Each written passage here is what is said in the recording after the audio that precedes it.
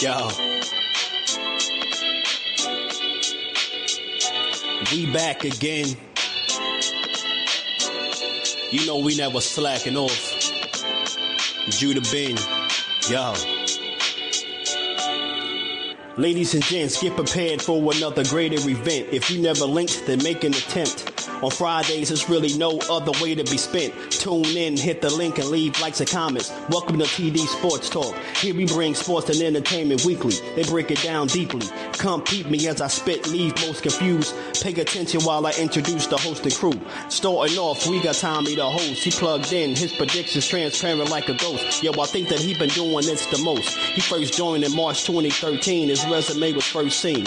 Then we got the co-host, Mr. Socrates. His analogy surgical like a doctor squeeze. The live show was nasty like a dirty beer. Tommy and Sock, they've been friends for over 30 years. Peep me, we got the final host D-Free from out of DC. You need to wake up, you sleepy. If you checking out the live, then you feel the vibes. Like the video, subscribe, get notified. Take a picture, cause this moment should be polarized. Tommy's legacy and resume is notarized. Whether it's Friday or Saturday, he going live. Click the bell when I promise you'll get notified. Yeah.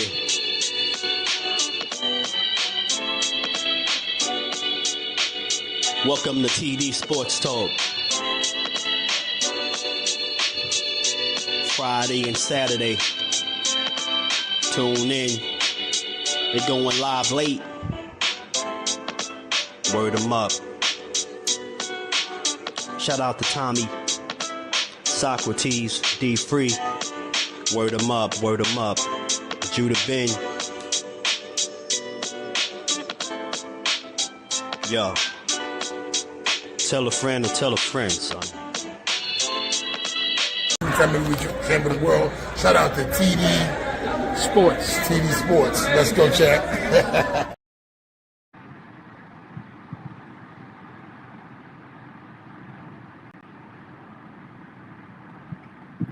You got B3 Picks here at it again. Proud to announce a brand new partnership with BVO Sports TV and B3BoxingPicks.com. Let's go green. At B3BoxingPicks.com, we provide pre-fight boxing picks of the week, but also live boxing betting options so we can make money pre-fight or during the fight betting on the beautiful sport of boxing. Join now, only $10 a week or $25 a month by visiting B3BoxingPicks.com for the membership. Also follow me on all socials at B3 Boxing Picks. Follow my YouTube, Not Another Boxing channel, presented by B3 Picks. And shout out to the People's Network, the one and only Sports Talk Network. Let's go green.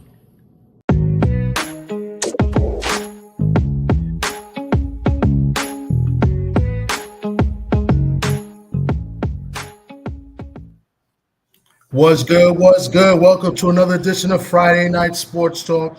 And we're live on a Friday. We haven't been live for a while on a Friday. Last week was a big card here in New York City, so we decided to go live on a Thursday night. And we had a couple of videos, couple of interviews this past weekend as well. Make sure you go check them out. Make sure you go check out B3Picks.com. We just showed a commercial for a man B3, who's part of the People's Network, not just the Sports Talk Network, the People's Network, the Sports Talk Network. Appreciate everybody that comes through, hits that like button, share, subscribe, help support the network, help support your boy TD, help support my main man, my co-host, my number one co-host, because my used to be number one co-host is always coming up late. So you know what, D-Free, you got promoted. You are now my number one co-host. What is good, D-Free? What's going on, bro? What's good? What's good? We back. We are back. We are back. I know why you did that. I know exactly why you did that. You did that for a reason. If I could only find you did that for a reason. We are back, baby. We are fucking back. We're back. Classic. We are back. We are back. We are back. Yeah, so D-Free, what's good with you? And hope all is well.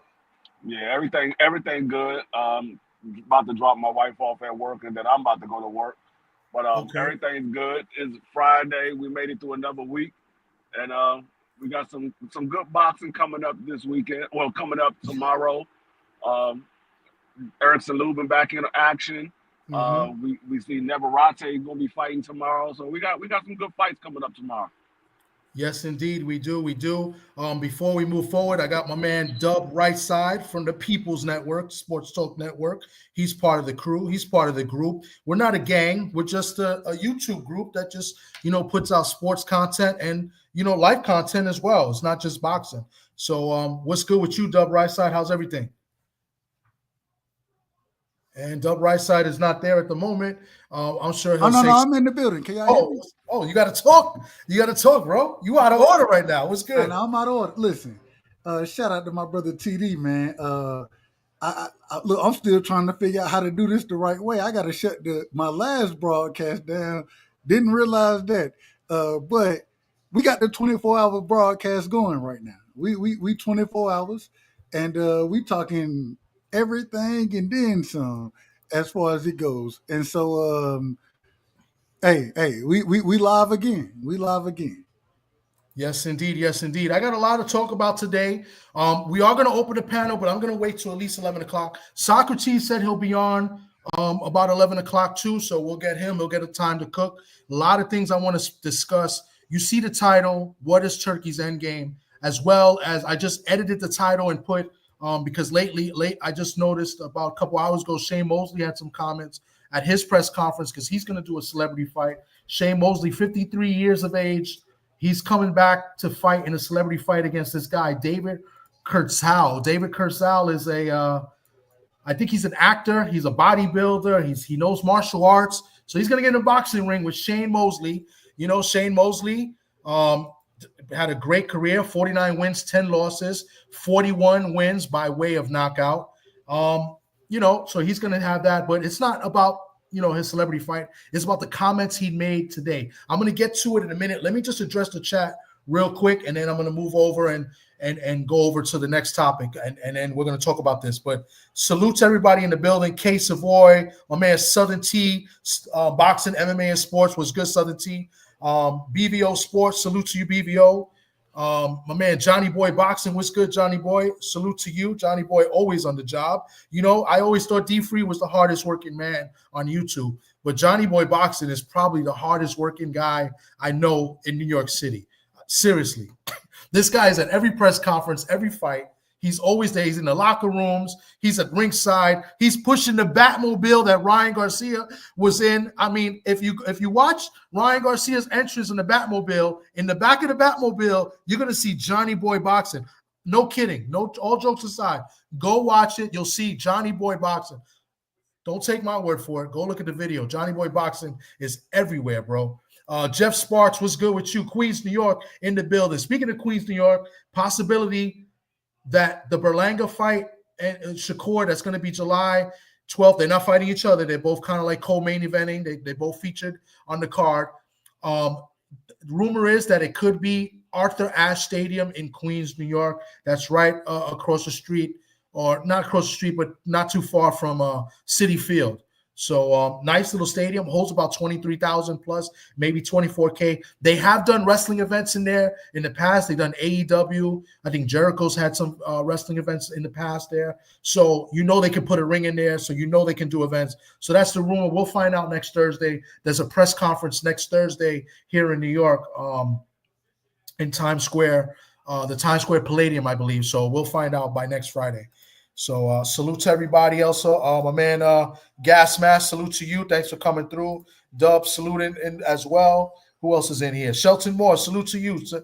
Shelton Moore, I don't know if it's true, but they say you're one of the biggest haters on YouTube. This is what I heard. I don't know if it's true or not, but salute to you, bro. Chi-Town. Hey, that's cap, man. Hold on. We gotta hold on. Wait a minute. We gotta get. That's Uncle what I heard. That's just a rumor. I just want to address it real quick. We gotta get Uncle Shelton love, man. That's my uncle. Yeah, but look what he does.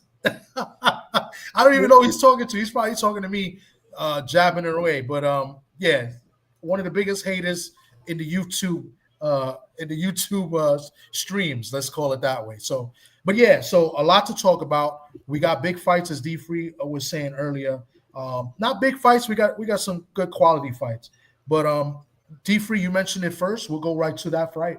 Erickson Lubin taking on Andrell Holmes. What do you think about that matchup? There's no title on the line. I believe this is the first 12-round fight for Andrell Holmes. Hold on, you said there's no title on the line? No title on the line. I don't know if it's maybe for a number one contender spot or a mandatory spot. Maybe it's for first title, but there's no title. That Erickson Lubin had that intercontinental title that he won over Jesus Ramos, unless they okay. So maybe okay. I didn't know we counted those titles, but all right. I mean that it's a title. I mean, it's not a world title, but it's a title to get to be called a mandatory. Okay, yeah. All right, yeah. So that intercontinental title Erickson Lubin has. But the main thing is the first 12-rounder for Andrell Holmes. Yeah. BBO said he got stripped of it, so I don't know how true that is, but yeah, I don't know. He very well could have, because that fight's been almost. I don't think he got stripped of it.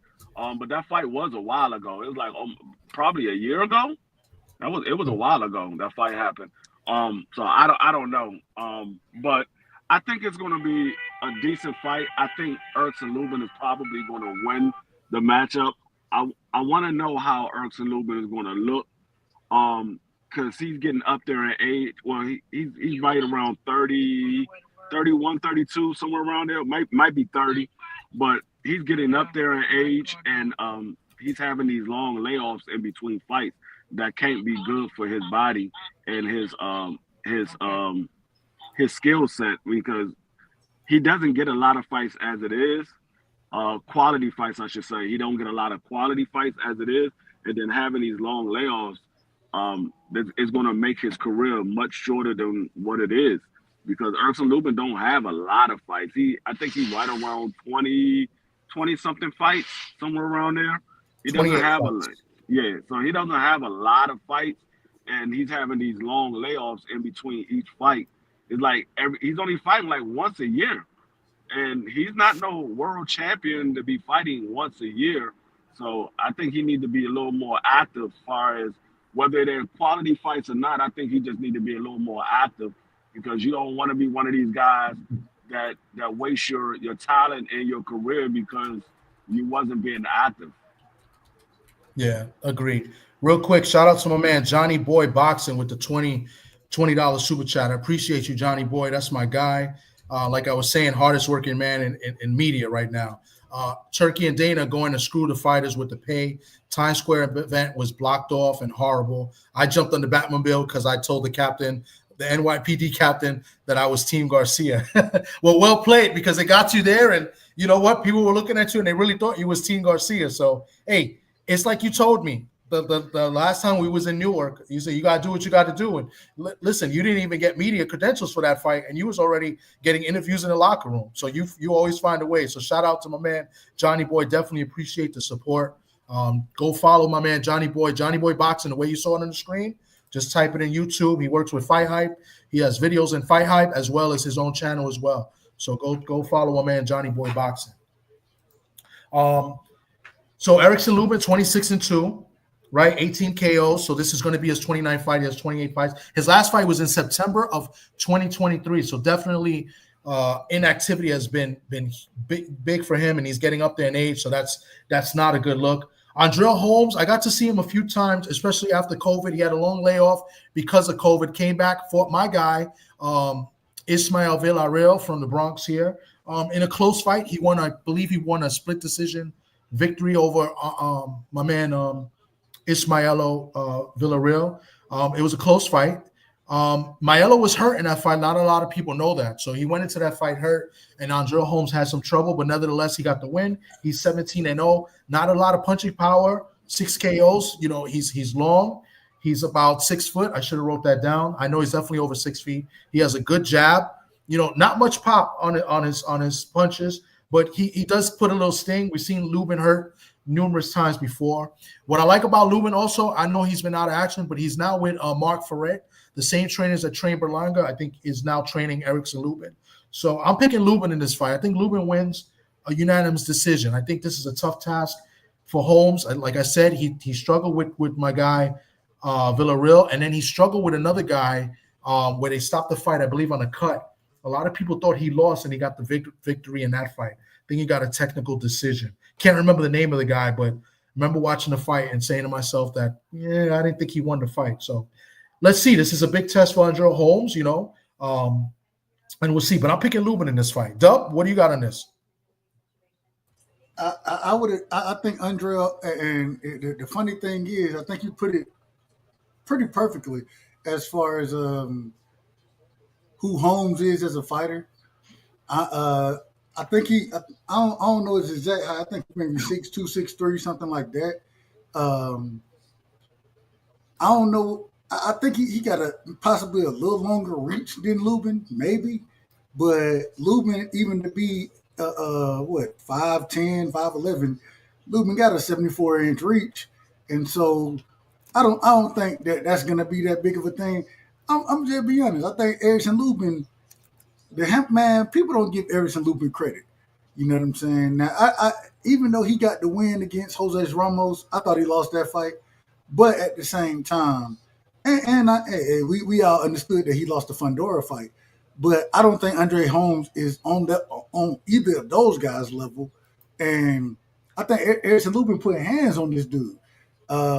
If you don't hurt Erickson Lubin, even when he was fighting Jesus Ramos, man kept his back on the ropes. Like I said, I thought he lost the fight, but man kept his back on the ropes because of the power.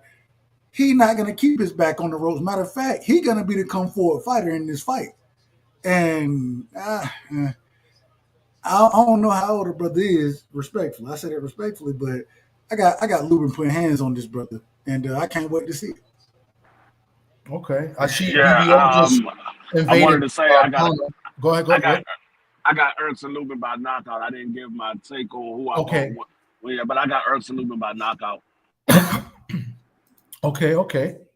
I see BVO just invaded the panel. BVO, welcome to the panel. Welcome to the live stream. How you doing, my friend? Shout out to real quick. Shout out to the big homie Sombrero, man. Shout out to Sombrero. Oh man, we starting him. 6'2" is Andre Holmes. Thanks, odd fella. Appreciate you. 6'2". I was gonna say 6'1", but I didn't want to. He tall. Look, the man is tall. That's all I see. He tall. Tommy, we know you sweep. You sweep all day, man, and take trash out all day. So we won't expect you to think, man. We get it. You out of order. Well, give me your take on the fight so we can continue. BVO. Okay, Tommy. What I'll say is I think Lubin's gonna win by stoppage. This dude he's fighting is a bum. And I think Lubin, even though he's past his prime, he's gonna do some major work, and it's gonna be a nice little fight. Shout out to Pro Box. No, I wouldn't say he's a bum. I think he's solid. I think he was ranked nationally in the amateurs as well. He had some time off because of COVID. COVID definitely set him back because I think he was inactive for like a year, maybe a year and a half. There was a big gap in before he had. He worked at Firehouse Subs, man. I don't think he's a true fighter working at Firehouse Subs, man. Oh my God, man.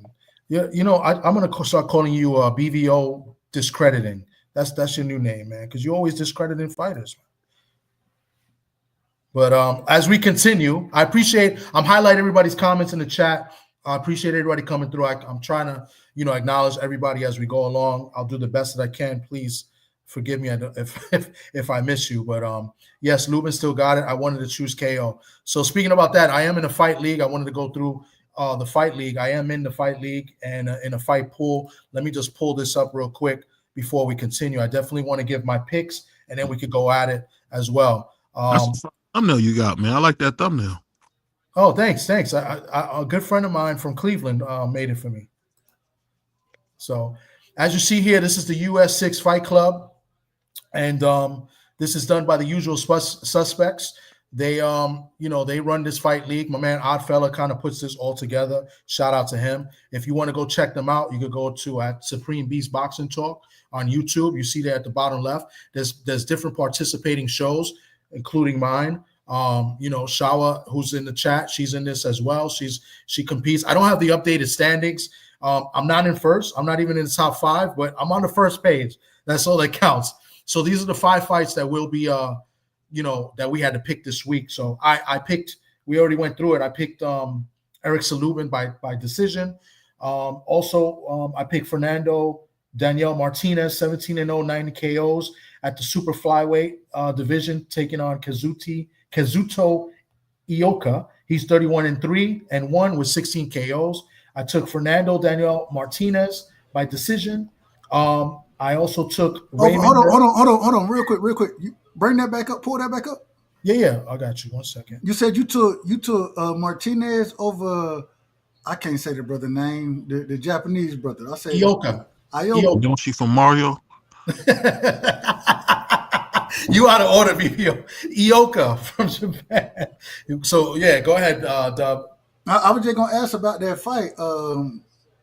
How you see? And I understand. And this is Martinez, the same Martinez. Correct me if I'm wrong. That fought. What's the brother name?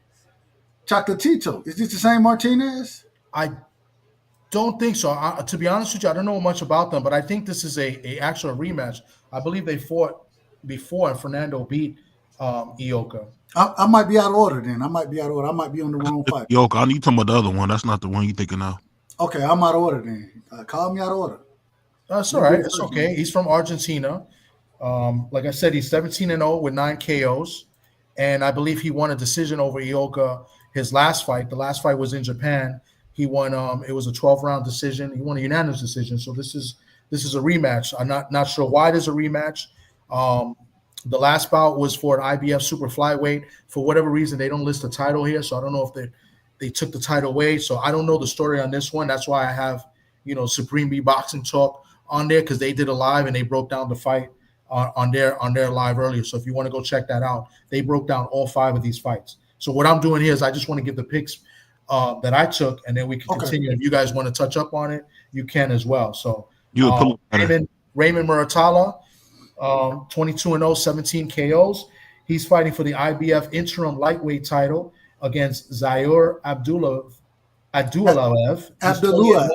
with 12 KOs. If anybody remembers Zaire, he's actually got stopped by Devin Haney. He got his face broke 2019 in the Garden. He got his face broke. Yeah. So he's taking out Muratalla. No, that's a fact. That's a fact. 22-0. I do, ever since that fight, he's got like a winning streak of like 7 straight wins or something like that. I am picking Muratalla by unanimous decision.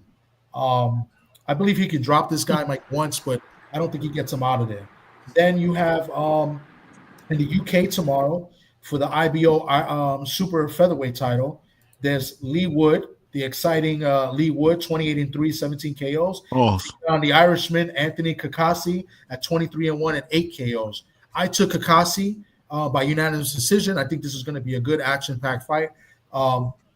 Kakasi's really good. I think he's very technical. He doesn't really have much pop, in my opinion. But I think they're going to slug it out. It's going to be exciting. Like after the 3rd, 4th round, all that technical stuff goes out the window. So I'm picking Kakasi by unanimous decision.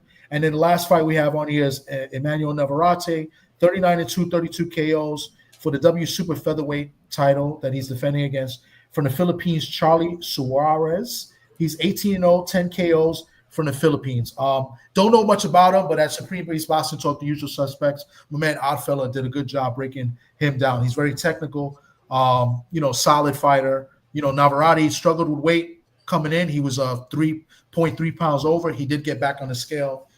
He had 2 hours to make weight. He did make weight, so that may be a factor. Nevertheless, I picked Navarrete by stoppage, I believe, in the 9th round. So if you guys want to touch up on these fights, go ahead. I'll let the video play. And go ahead. I'll take it to you, D Free. Go ahead. Yeah, I got Raymond Muratalla by stoppage. He got to make a statement. He didn't look good against Evan Farmer, and this fight could be it's an eliminator, so they will have the chance to fight Loma. If Loma doesn't come back, then they can be elevated as the IBF champion. So he gotta make a statement, because like I said, he didn't look good versus Tevin Farmer, and it was a lot of praise about Raymond Muratalla prior to that fight. So he gotta come out and look good. The guy that he's fighting, he ran off a lot of wins, but he got his face broke by Devin Haney, and that's not saying much. Jesus. I think Raymond Muratalla is a bigger puncher than Devin Haney. So I think Raymond Muratalla will stop him. And the Neverati, I mean, dog, this man, he went back down to 130 because he got beat up by Denny, but he's too big for 130. He needs to move up, and I mean, maybe he'll get the stoppage in his joint, but maybe this might be a fight that it tells him, hey, you need to move out of that weight class because you're too big for that weight class, because he's having problems making a weight, and everybody already said he was a fat kid fighting at 130 pounds. So I'm gonna go with Neverati, but I'm not gonna go for a stoppage. I'm gonna go for a unanimous decision. Okay. Real quick, let me give a shout out to Not Another Boxing Channel, presented by my man B3 Picks. As you saw earlier, we had the commercial. My man B3 Picks. Go to b3picks.com. Thank you for the $5 super chat. He says TD Sports and the People's Network. The intro was fire. Much appreciated. This chat is sponsored by Corey Marksman, TKO, corner stoppage, round 7, 1 down. So that's a pick. He gave you a freebie, guys. So he gets Corey Marksman, TKO, corner stoppage, round 7. So shout out to my man B3 Picks. Appreciate it. Dub, what do you got on these fights? So I'm gonna start with and I say respect. I'm gonna start with the Muratalla fight. I'm gonna be honest with you. I don't think, and I think Abdullayev. I watched him put hands on Linares. You know what I'm saying? That's the last fight I really remember watching him fight. Just to be quite honest with you. At the same time, man, you're not gonna beat Raymond Muratalla if you're not a boxer. Even when Raymond Muratalla, he struggled with Tevin Farmar. Why? Because Tevin Farmar a hell of a boxer. I don't think Abdullayev. I don't think he's that great of a boxer. I think that he looks to be heavy-handed at times. Get stoppages, those type of things. You know what I'm saying? Can hurt individuals, but outside of, he lost. Who he beat? He ain't beat nobody. I'm just gonna be honest. And I know triangle theory don't always work, but in that fight, I have to go say the brother name for me. Murtala. I'm gonna fuck it up. Muratalla. Thank you. I apologize. Real quick, I'm gonna pause. So Southern T. So he was saying that out. Okay, so now I get it. Thanks, Southern T. So basically, B3 made that was one of his picks on his site that he did, and he says 1 down. It already happened. So Corey's Marksman already got a 7-round stoppage. Thank you for correction. I didn't understand. That's my bad. Go ahead, Doug.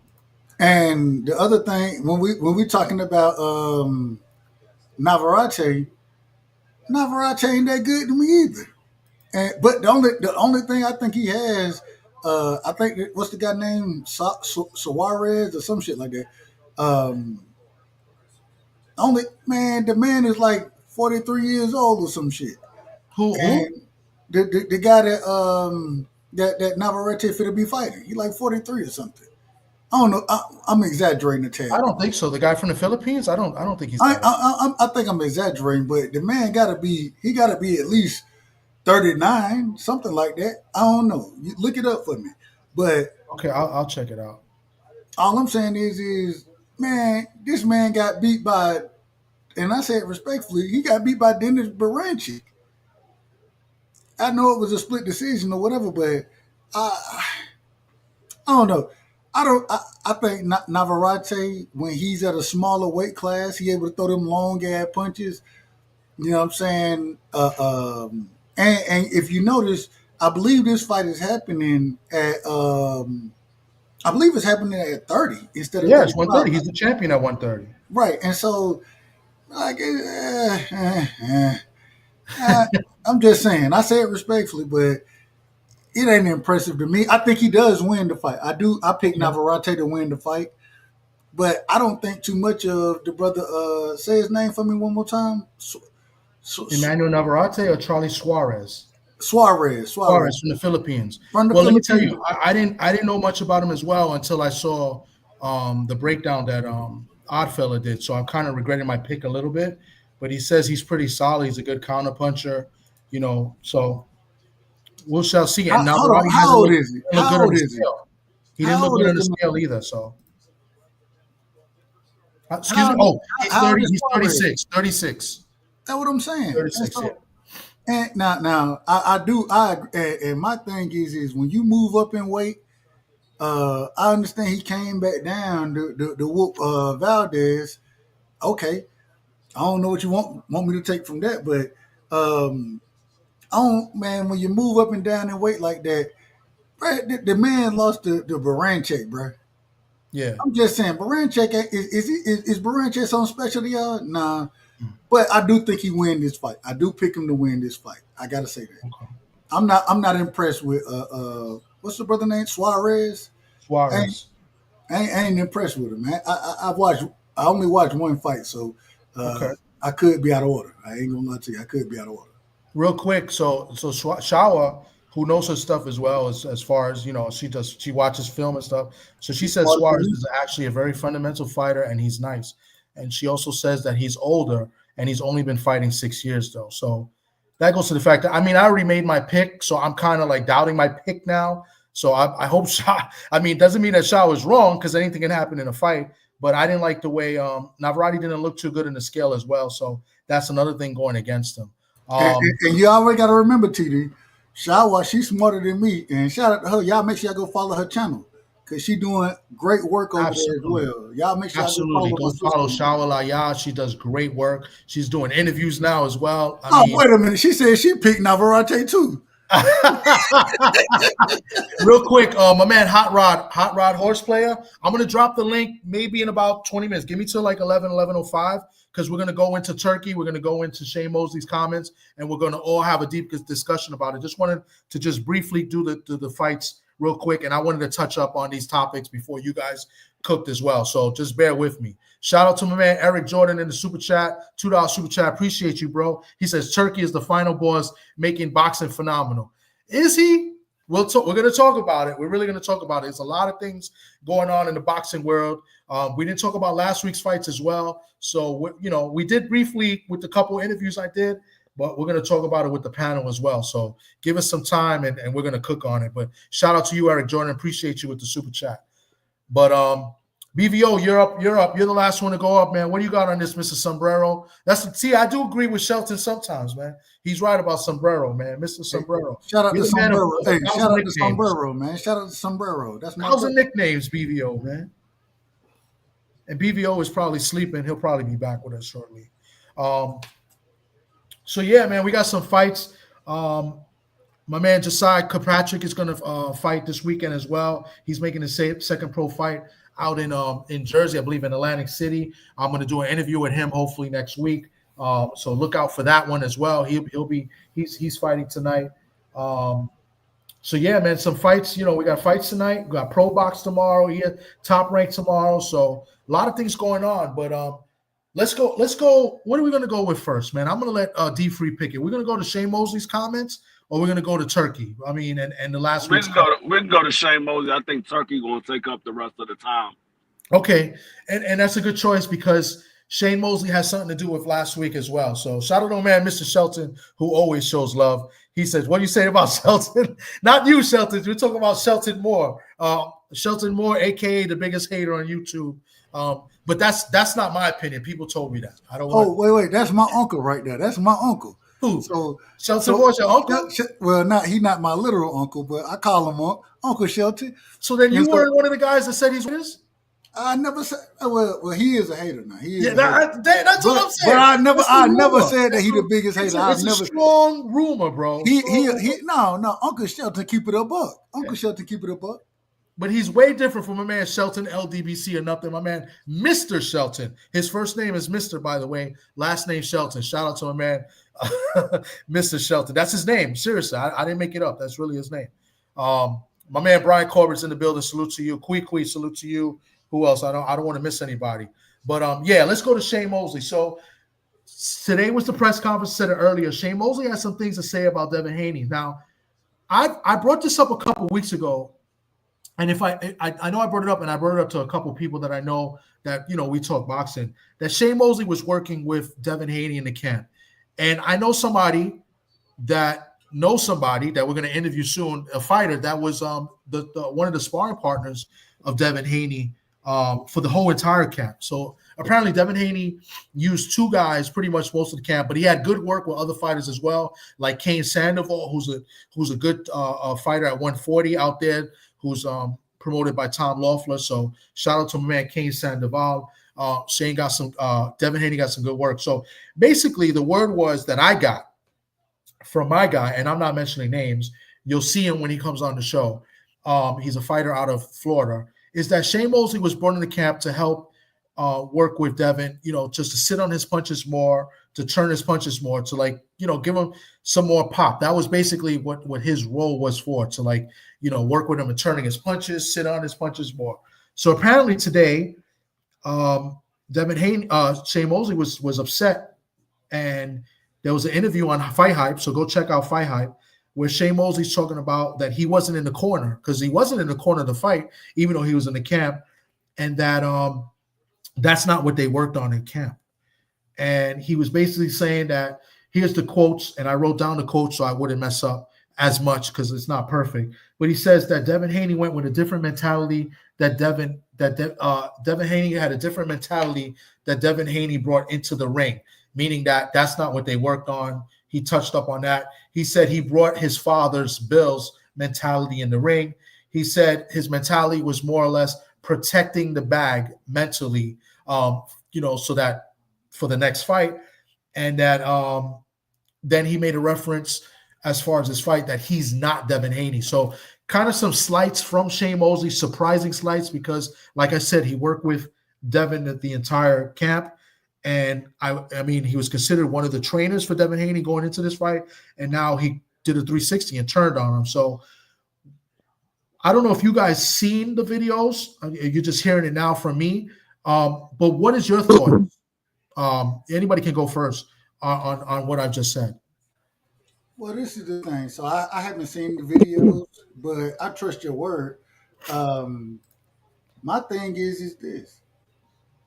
And I understand that you're not the main, and I don't think anybody who trains or works in Devin's camp is going to be the main trainer. Bill's going to be the main trainer. That's true. I think that we've seen this for a long time from Devin and Bill. They're going to take the jewels and nuggets that you drop. We may not necessarily apply them at this current moment in time, but we'll apply them when it's time to apply them. You know what I mean? And so I don't think that they were looking at this fight as far as having Shane in camp. I don't think they was looking at it as far as saying, no, we're going to fight this style. We're going to be doing this. Even though I thought this was the best opportunity for Devin to do some of these things, to turn those punches over, to show that, yeah, I'm punching a little different right now. The whole, and I called that fight, the whole cha-cha slide that Devin was doing, I wasn't a fan of it, me personally. And y'all know I love Devin. At the same time, I do think that even with him not applying it now, you can still take things from an individual like Shane. And my thing is what's the point of if you working in that camp, why would you go out and talk crazy about an individual that you helping? That's my problem with it. But I'm not mad at anything Shane said as far as what you said. I got to go listen to it. I haven't heard it yet, but I'm not mad at it. My thing is just, hey, I think Devin, he need to take more of that advice and keep Shane in his camp, because we didn't see you turn your punches over like that. I watched you do the cha-cha slide around the damn ring. Did you win the fight? Absolutely. Did you win it in a way that I felt like you could have won? No. And I call myself a hypocrite in this situation, because I've always said, man, even when it was Linares, Jojo Diaz, bro, you beat them easily from the outside. I watched Devin do that against Ramirez, and I was like, bro, you could have sat down a little more than you did. You could have let your hands go a little more than you did. And so, hey, I'm one of the biggest hypocrites on YouTube. I call myself that because I can't have it both ways. I just felt like Devin, he could have did much more in that fight versus sitting there being on the back foot, cha-cha sliding around that thing. I didn't think he needed to cha-cha slide. He didn't cha-cha slide against Regis, and Regis and Ramirez got the same footwork. Ramirez may have a little more power, maybe, but man, run that shit down the middle on his ass and clip him. In my opinion. Go ahead. I apologize for being long-winded. Yeah, I mean, do the Devin Haney. Do the Devin Haney. Jesus. Yeah, out of order. Hey, hey, I think Shane Mosley was in his right to say what he said because let's be honest, the one thing that everybody said is they never seen Devin Haney do what he did on last Friday. The one thing that we saw that was different in Devin Haney's corner was he had Shane Mosley. So Shane Mosley wanted to let everybody know, look, it had nothing to do with me. That's not what we practice on. I think he was more so being defensive, letting everybody know that that's not what he practiced on. I see. And he wanted to tell everybody, no, that wasn't me. That was something that his father had him do. I didn't have him doing that. So I kind of understand why he said what he said because it kind of put a bad rap on Shane Mosley. He's the new guy, and we seeing Devin Haney do something that he never did. So everybody's just going to assume that was Shane Mosley that taught him to do what he did. So, I mean, I understand. I ain't mad at him. Well, I don't know what BVO is, so I'm gonna just go. But BVO, are you there? Yeah, BVO is Sombrero. Hold on. Sombrero. Nah, he's probably eating a taco somewhere. But cha-cha is crazy work. Dub. Let me tell you something about the cha-cha, man. I learned the cha-cha when I was like 21 years old when I was learning salsa. So there's nothing wrong dancing the cha-cha, bro. I just want you to know that. I didn't say it was. There's nothing wrong with that, bro. All right, I got moves, man. I got the salsa and the cha-cha. Hey, I don't want to see you do the cha-cha in the damn in the boxing ring. That's all I'm saying. I think Shane, I would like to hear what Bill has to say in response and Devin.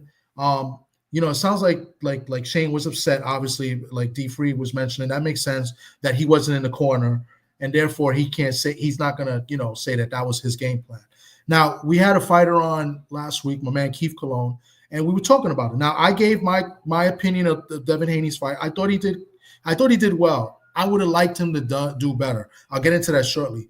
But what Keith said is that he thought he did well too. And just remember, it's whatever the coaches tell you to do. So if that's what the coaches tell you to do, if that was the game plan and he did the game plan the way they told him, then you know what? It was a great performance by Devin. And that's what Keith said. And he's a professional fighter. So you know what? I took his word, and that meant a lot to me. And I said, you know what? You're right. So I didn't, as far as Devin Haney's performance, I thought he did well based on the instructions. But the reason why I'm bringing this up about Mosley, because it's interesting because like I said 2 weeks ago, he was there to help him turn in his punches more, to show his pop. And there were signs in the fight where he showed it. Those uppercuts, I saw 3 solid uppercuts that buzzed Ramirez. Not knock him, hurt, not buzz, meaning get his attention, like, oh, wow. The straight right down the pipe hurt him. The straight right, yeah. And there was I believe a left hook to the body that was like that kind of too. So there was. Listen, I know it's not what a lot of people want to see. It's all on personal preference on what do you want to see in a ring. Sometimes you want to see a war. Sometimes you want to see skill. Sometimes you want to see a chess match.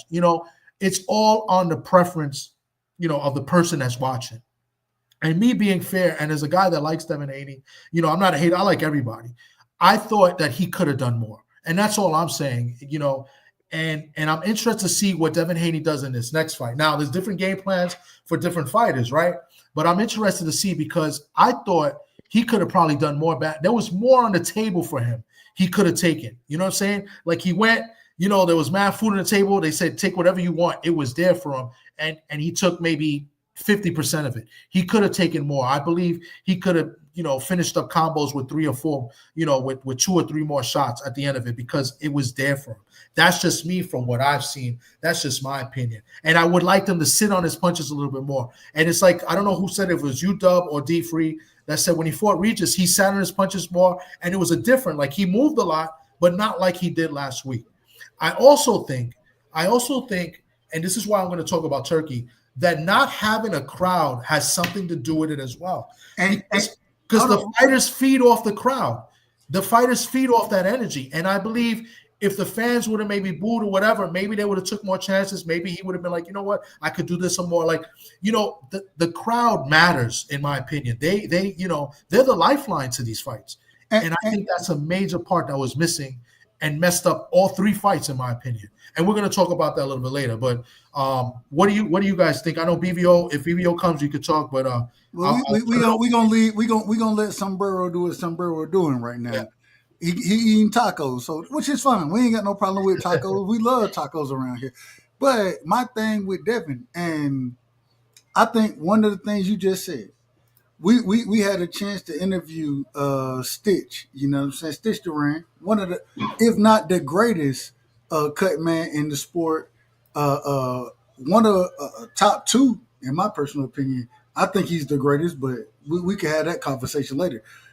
One of the things that he said was, man, the shit was it was just so discombobulated. It was so unorganized, and I agree.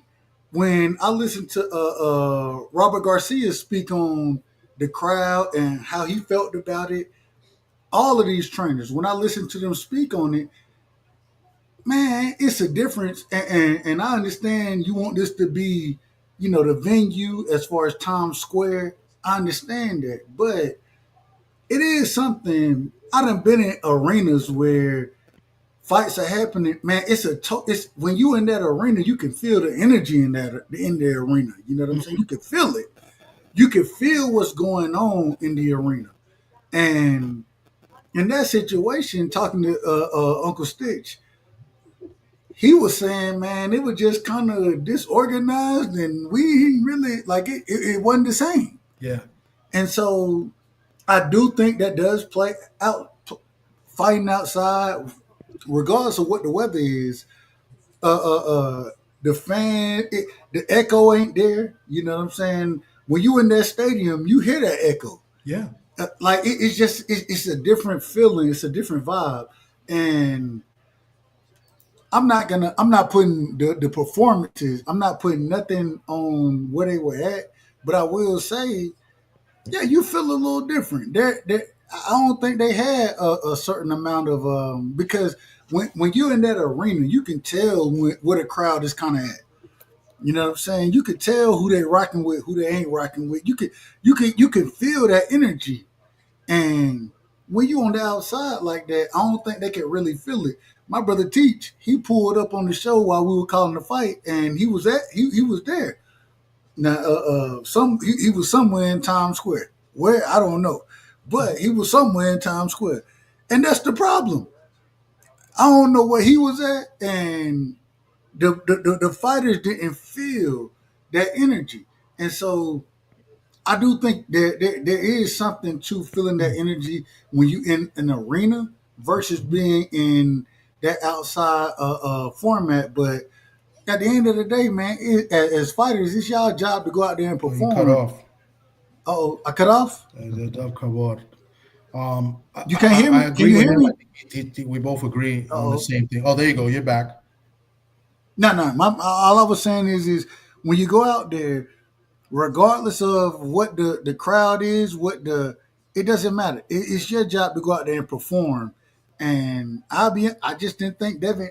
I thought he looked bad in the fight. Me personally, I thought he won the fight, but I thought he had so many opportunities, and even calling it, I'm like, bro, 50% of the fight, you wasn't even in position to punch. I ain't never seen Devin fight like that. Yeah. I haven't. And so, I mean, it is what it is. Yeah. Y'all gotta. I mean, I think somebody should have called Bill or Devin Devin and let him know the weigh-in already happened because it looked like he was still trying to lose weight. He was out there running to lose weight. So somebody should have called him and told him, hey, you already had the weigh-in because he was doing too much running in that daggone ring. It was way too much. Like, I mean, the speed. Just if he could have just stayed right in front of Jose and be able to hit him, and Jose wouldn't be able to land a punch. Because Jose is slow. Like he might be daggone Joe Joyce at 140. He might be Joe Joyce at 140. Now you out of order. Now you out of order. Ain't nobody Joe Joyce. Ain't nobody Joe Joyce but Joe Joyce. That man Jose Ramirez is slow. He couldn't land anything. But at the same time, he couldn't throw anything. And he didn't show no urgency as well. Like he had, I know, he's supposed to cut off the ring and do a better job or sell out. He should have sold out, and he didn't do that. And there was no sense of urgency. So, as far as his performance, Jose didn't do much better. His performance was bad. You know what I'm saying? Jose did worse. He did worse. Exactly. No sense of urgency whatsoever. Bill Haney, one of the things that I can't discredit it because one of the things he said, man, talking to Robert Garcia, you're a world-class trainer. And your fighter don't know how to cut the ring off? What are we doing? And if you can't cut the ring off, we're gonna do what we do then. And sometimes I do think that, yeah, man, and like I said, I'm a hypocrite. I'm one of the biggest hypocrites out here in the sport. Right now, I'm telling y'all this to y'all face because I said that, man, Devin, there are times that he comes forward when he don't need to come forward.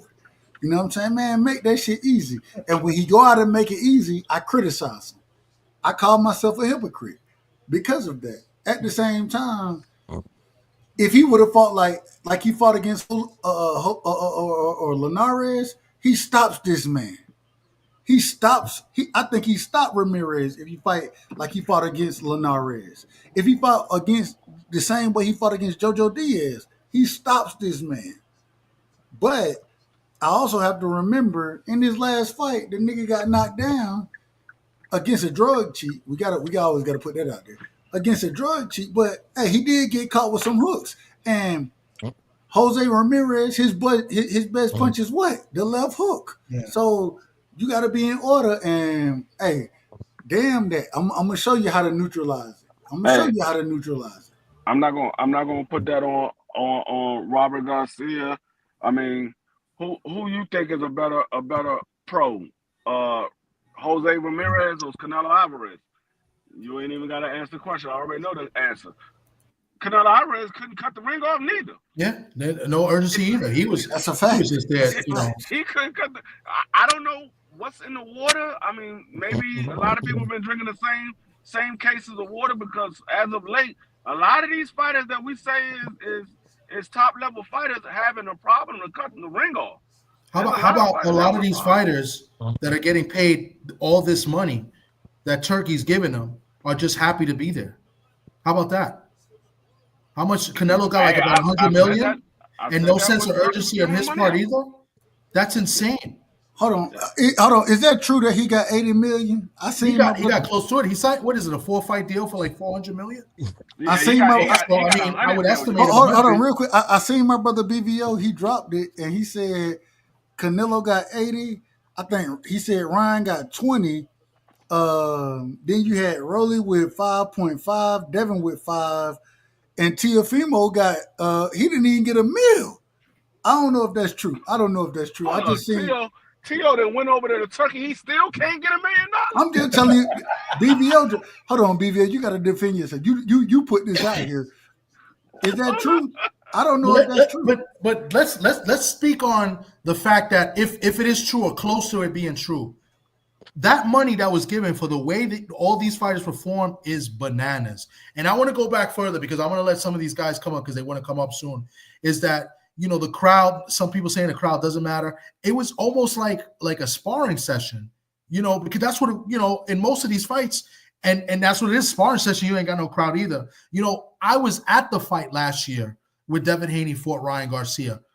That was one of the best fights I've been to as far as the atmosphere, as far as the crowd, it was electric. I've never been in a crowd like that. I've been to a lot of fights, but it was something about that it was crazy. And you had fans cheering for both, and both fighters reacted to the crowd because the majority did root for Ryan Garcia, but there were a good part of Devin Haney fans in the ring. And who knows, what if that fight last year was in Times Square? Drugs or not, does Devin Haney get up? Does he feed off the crowd and get up? I mean, it's a lot of factors that go into it. I think the crowd does matter. I think it does. I think they're the lifeline to it. I mean, it's just to have a fight of that magnitude, and there's going to be more. You're going to have now. They're going to do it in Central Park or Arthur Ashe Stadium in July, right? It's unfair, like for the fans. You know what I'm saying? When fighters are pros, right? When they turn pro, what is their goal? Right? To be a champion, to make money, and to what else? To fight in front of big crowds. You can't tell me that's not a goal of any fighter. They want to be a champion, they want to make money, but they want to fight against big crowds. You start off with small crowds and they increase, as you get bigger and bigger fights. That's the goal, bro. So you're taking that away from these guys. Their dream, is to fight in front of big crowds, to be part of something that's electric. You feel me? So that's just what I got on the whole situation as far as the crowd. And yeah, I mean, it's I look at it as the same situation as if you look at football and you look at basketball and even baseball, but more so football and basketball.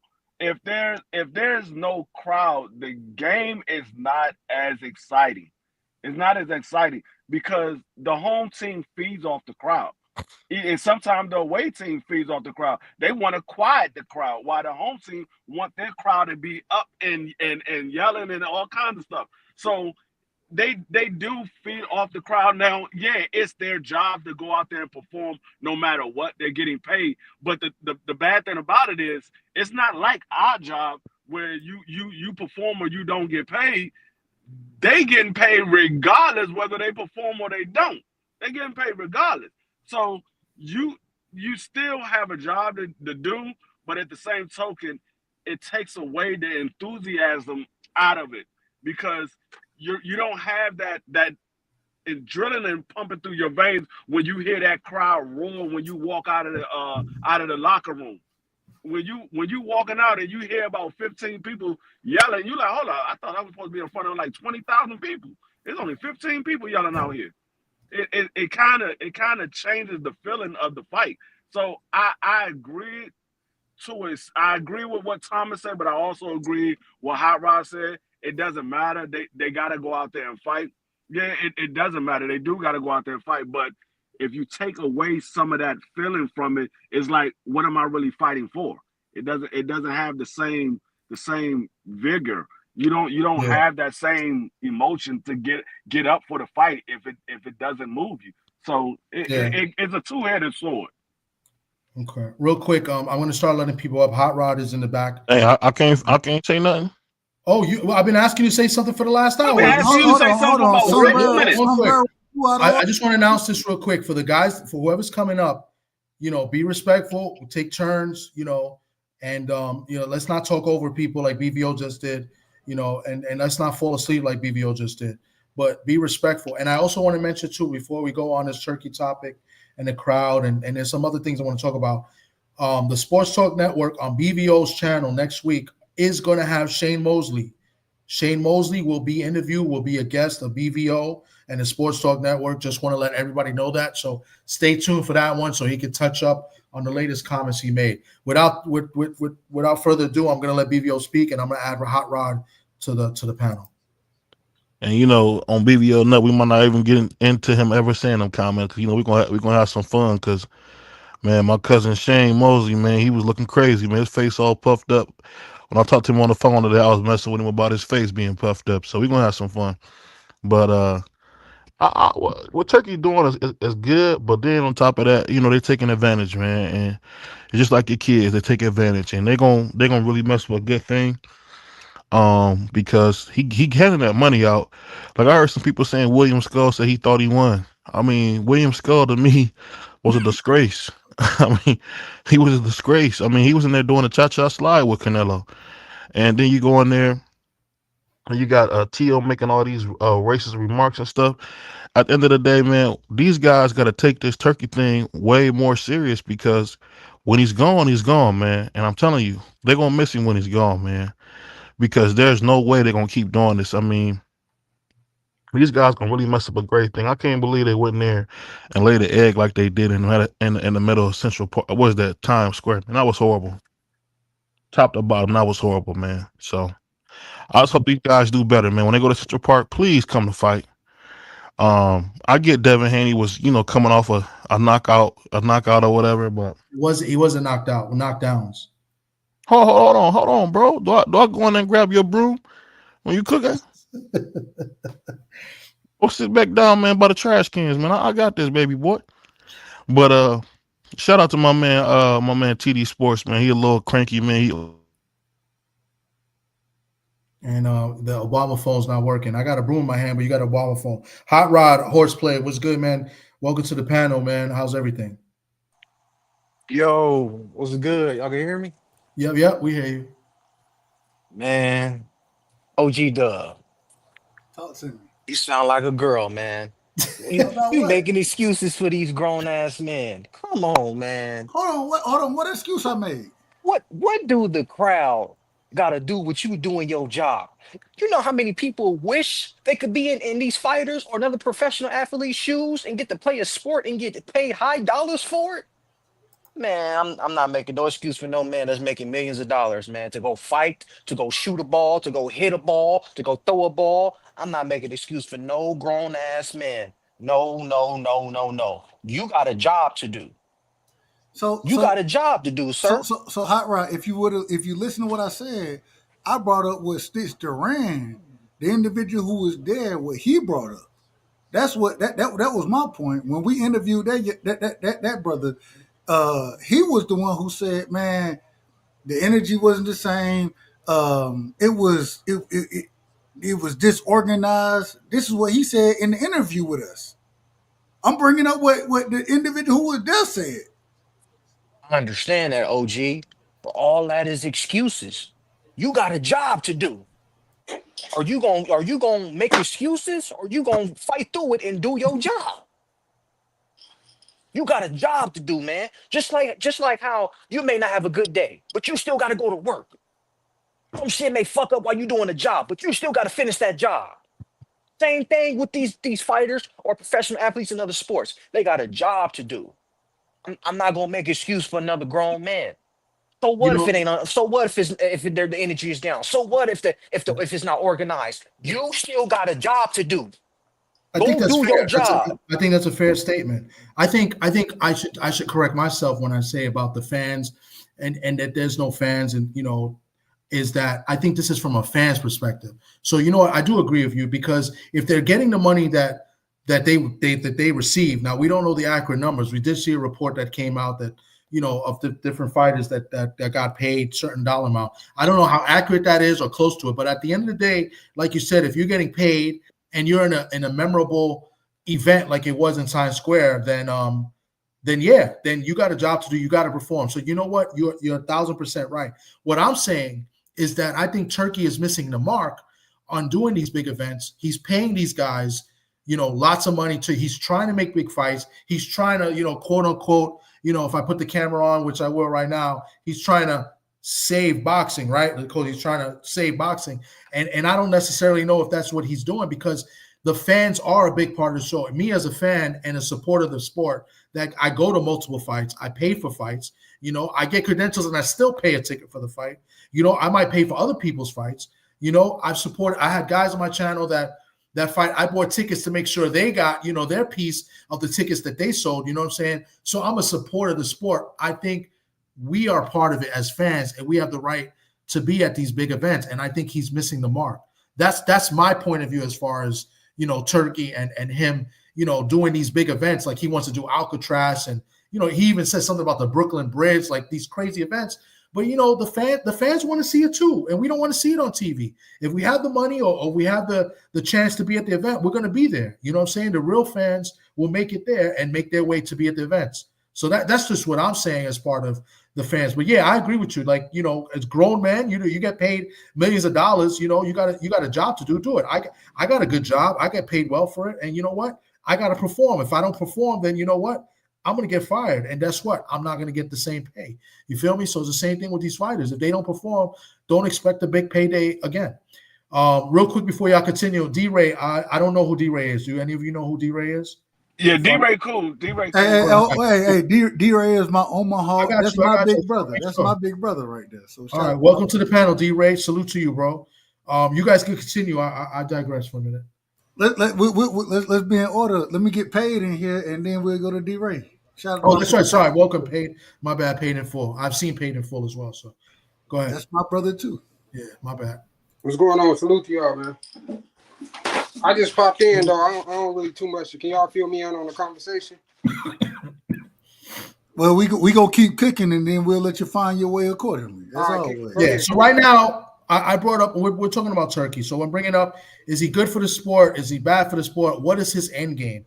And obviously, he's supposedly the savior of boxing, the next best thing since sliced bread. Like, and he's trying to put these big events and he's trying to make the big fights.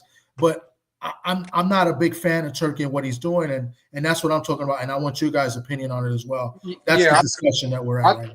I think he pretty much trying to monopolize the sport, and I don't pretty much. I understand like the events he's doing, but the events he's doing is like kind of unorthodox.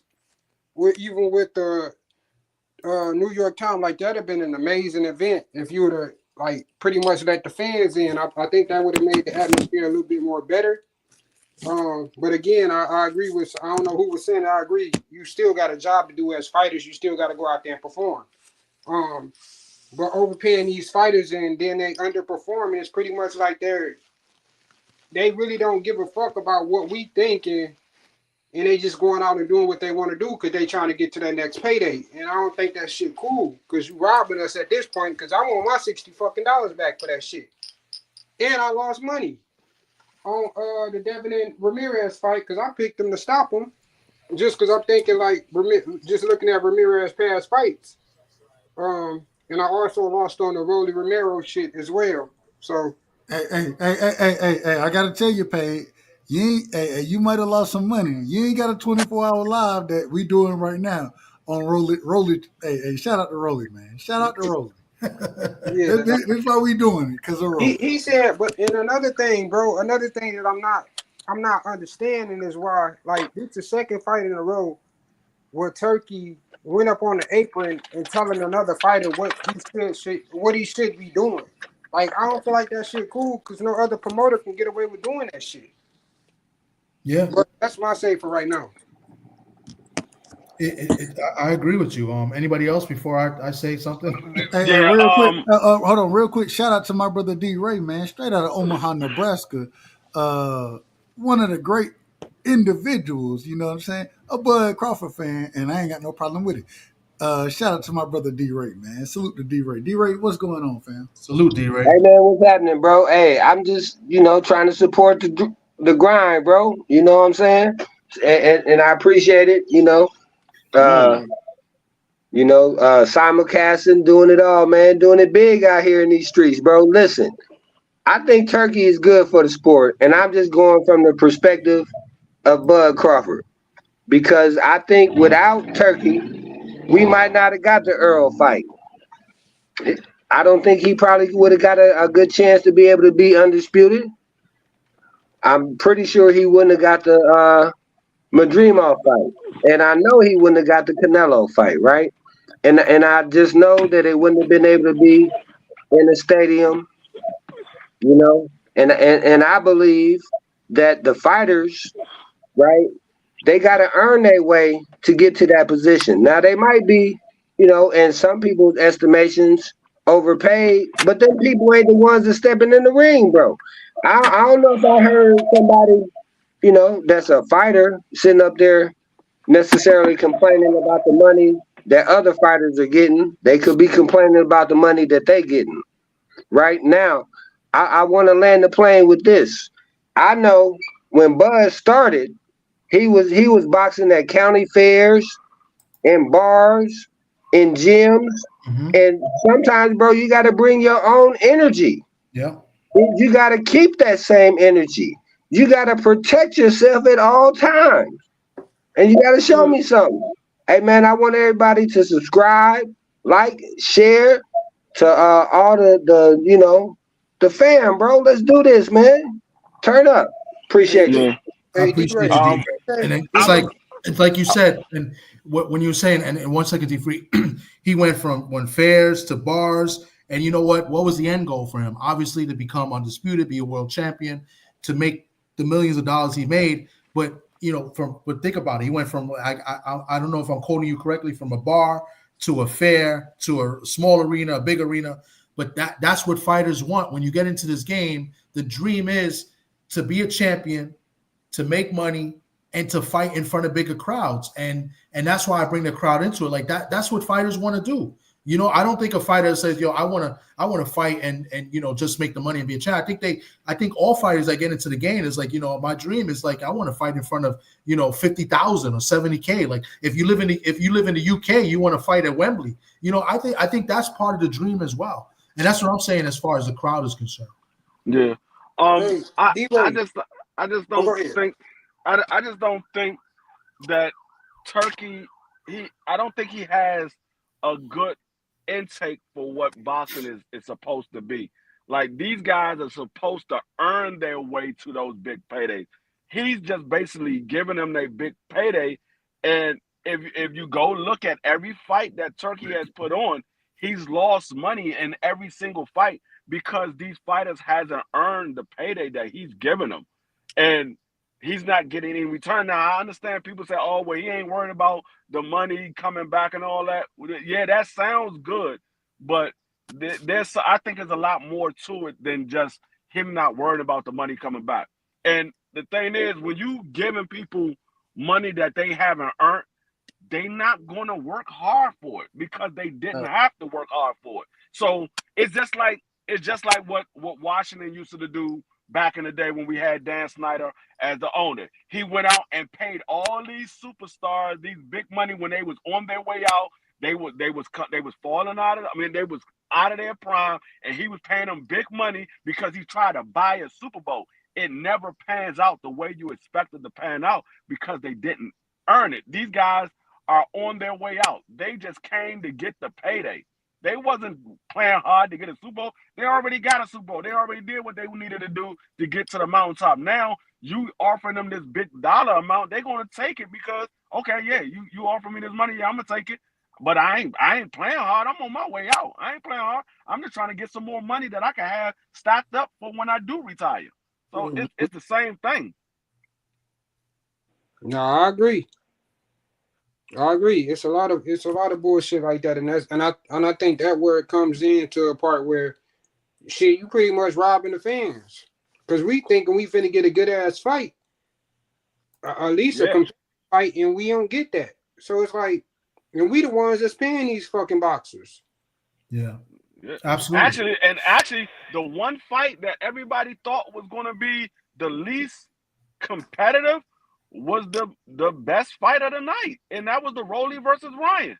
Yeah, that was the best fight of the night. We all say, okay, we don't really care to see about this fight. We know Ryan going to end up knocking Rolly out at some point, or Rolly might land a big shot and knock Ryan out, but we don't care. The more meaningful fight is how Devin is looking coming back from the fight that he had with Ryan, and the T.O. and Aaron Barbosa was supposed to be the most competitive fight.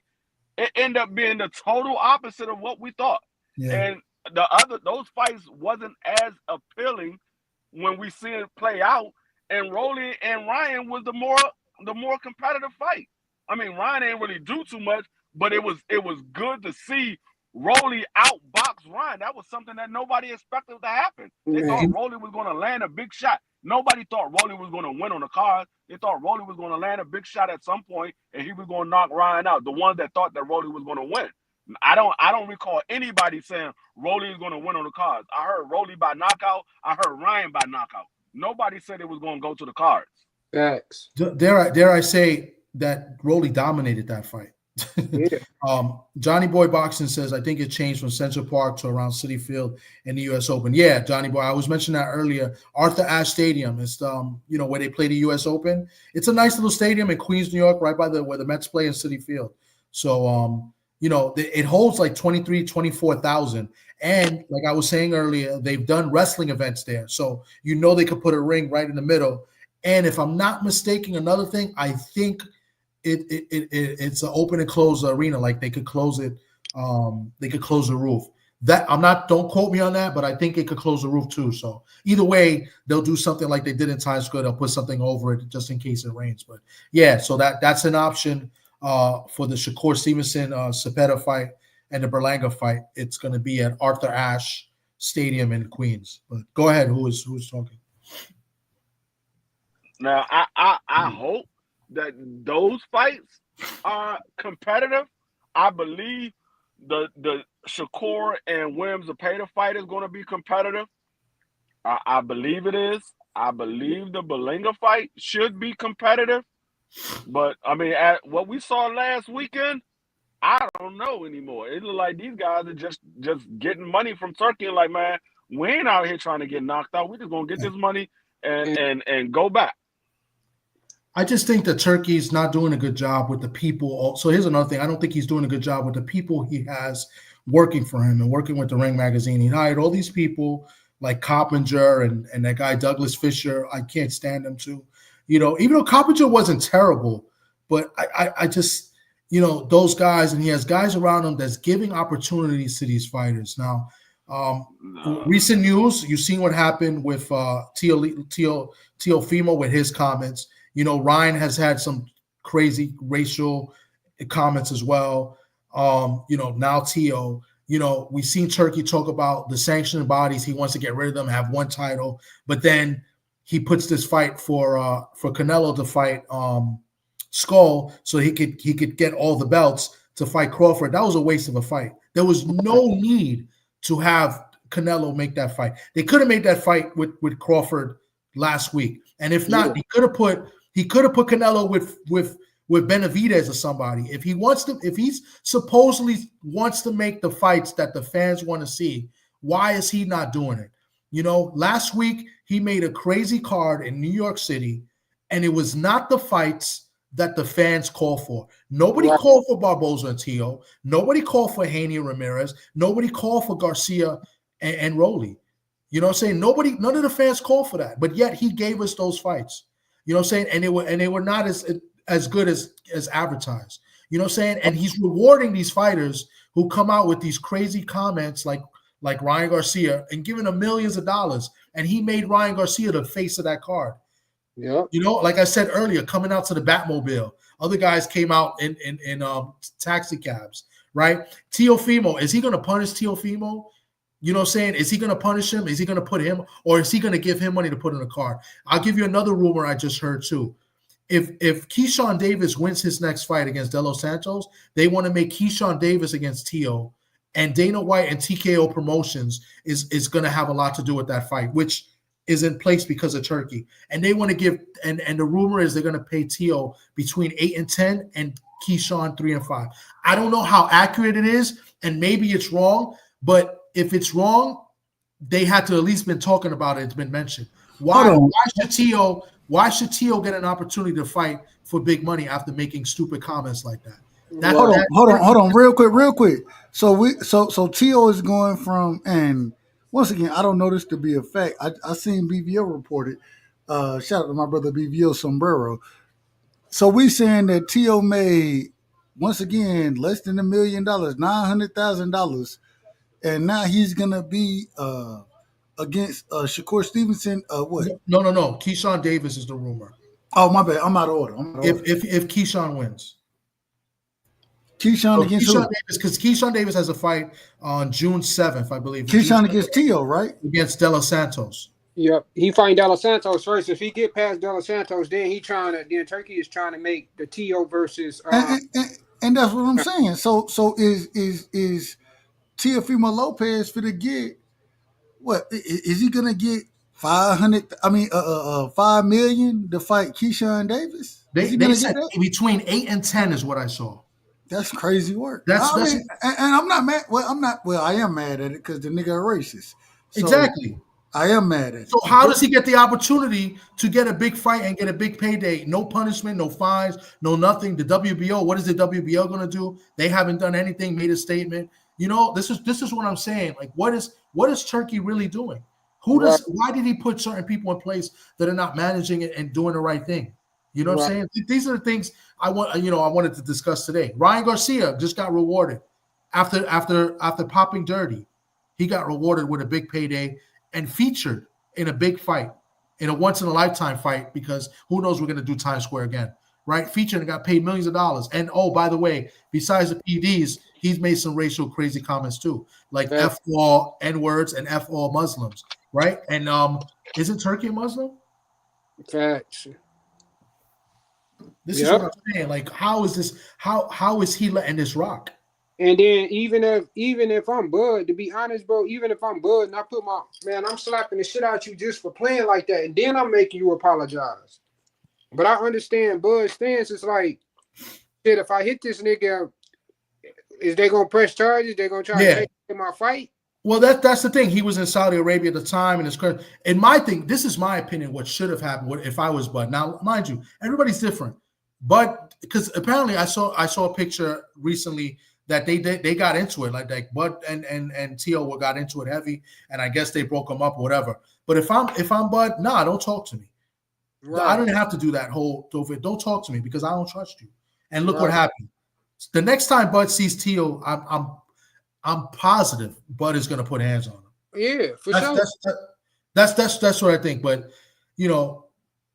go ahead. Because he ain't even, because that nigga not treading the line no more. He actually added the GER. It's crazy. Yeah. And the rumor is that Dana White and TKO gonna put Tio in a big fight. Are you kidding me, bro? Man. In a big fight, he shouldn't get no fights. Yeah. That's insane. And where's the WBO? Right. What's the WBO gonna do? They don't give a fuck. They don't give a fuck because they probably feel the same way. And that's how you can tell when a motherfucker feel the same way by them not saying shit and they letting that shit ride. That just goes to show you they don't give a fuck. I mean, if nothing is done, I think people need to like light up this guy's Twitter or email or whatever and let them know how they really feel. They got to blow it up because they just rewarded Ryan Garcia with a major payday after doing all the wrong things. You popped dirty, and you fought dirty. Where in a sport, it's a combat sport where you can kill somebody, right? Mm-hmm. You popped dirty, and you made crazy comments, and then there was no accountability by the media that Turkey put in place. I'm just saying, like this is crazy. This is why, like, what is the end game for this guy? Shout out to my man Drew Titan, man. Salute, Bronx on deck. Shout out Drew, man. Appreciate it, bro. And I said the same thing when they announced the fight. I said, hold up. I said, first, Devin was supposed to be the main event. Now they pulled him from the main event, and they making Ryan the main event. Not only is they making Ryan the main event, but they putting Ryan in a title fight. I said, Ryan is being rewarded, and Devin is the one that's being punished. And Devin was the one that was cheated. I'm like, it didn't make no sense to me. And at this point, I'm not a huge Keyshawn Davis fan. I like Keyshawn Davis, but I hope to God that he goes in there and he knocks T.O. Block clean off his head. I don't even want him to make him quit in the corner or have a referee stop. I want him to knock him out cold. I want him to be sleep. That's what I want. Oh, Devin was the highest paid in the card. See, that's why I don't know about that report because that report seemed a little bit crazy. 19 million. So I would like to know what the real numbers are because that numbers was kind of crazy. Less than $1 million for T.O. and then Ryan got 19 million. That was the only report I seen. I didn't see anything else, but Devin made the highest in the card. I would love to see the numbers, but either way, I'm sure Ryan got double digits in the millions. I mean, man, it was 10 figures. I would imagine. The report said, and like I said, BVO put this out, and I seen a few other individuals who put this out, but the reports were Canelo made, I believe, 80 million, Ryan made 20, Rolly made 5.5. Devin made 5. There's no way Rolly made more than Devin. I would never believe that. That's what I'm saying. I Yeah, don't know. I would never believe that. Yeah. But hey, well, shout out to BVO. I saw the report too, but it seemed a little fishy too, because I don't even think that like T.O. made less than $1 million. They said 950. So like that has to be all over the place. But Drew saying that Devin made more, I tend to believe it, because if they didn't put him on the main event, you figure they throw him a little bit extra, like, yo, we're gonna, it was featured as 3 main events, but they made Ryan the poster boy, if that makes sense. And I just don't agree with that. I just don't think that they should have done that. I just think it's a bad look for Turkey, because this is Turkey's event. And now he's putting Dana White in charge of a lot of these big fights. Apparently, he's the lead promoter for the Bud and Canelo fight, which doesn't mean he's a big promoter. But it sells itself. But somebody need to get in touch with what's the dude name that worked for Ring Magazine now? Mike Coppinger.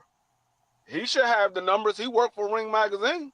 He should have the numbers of what everybody was paid. He should. Or Douglas Fisher, that scumbag. He's a scumbag, by the way. But well, I just see it different from y'all. I don't care who races.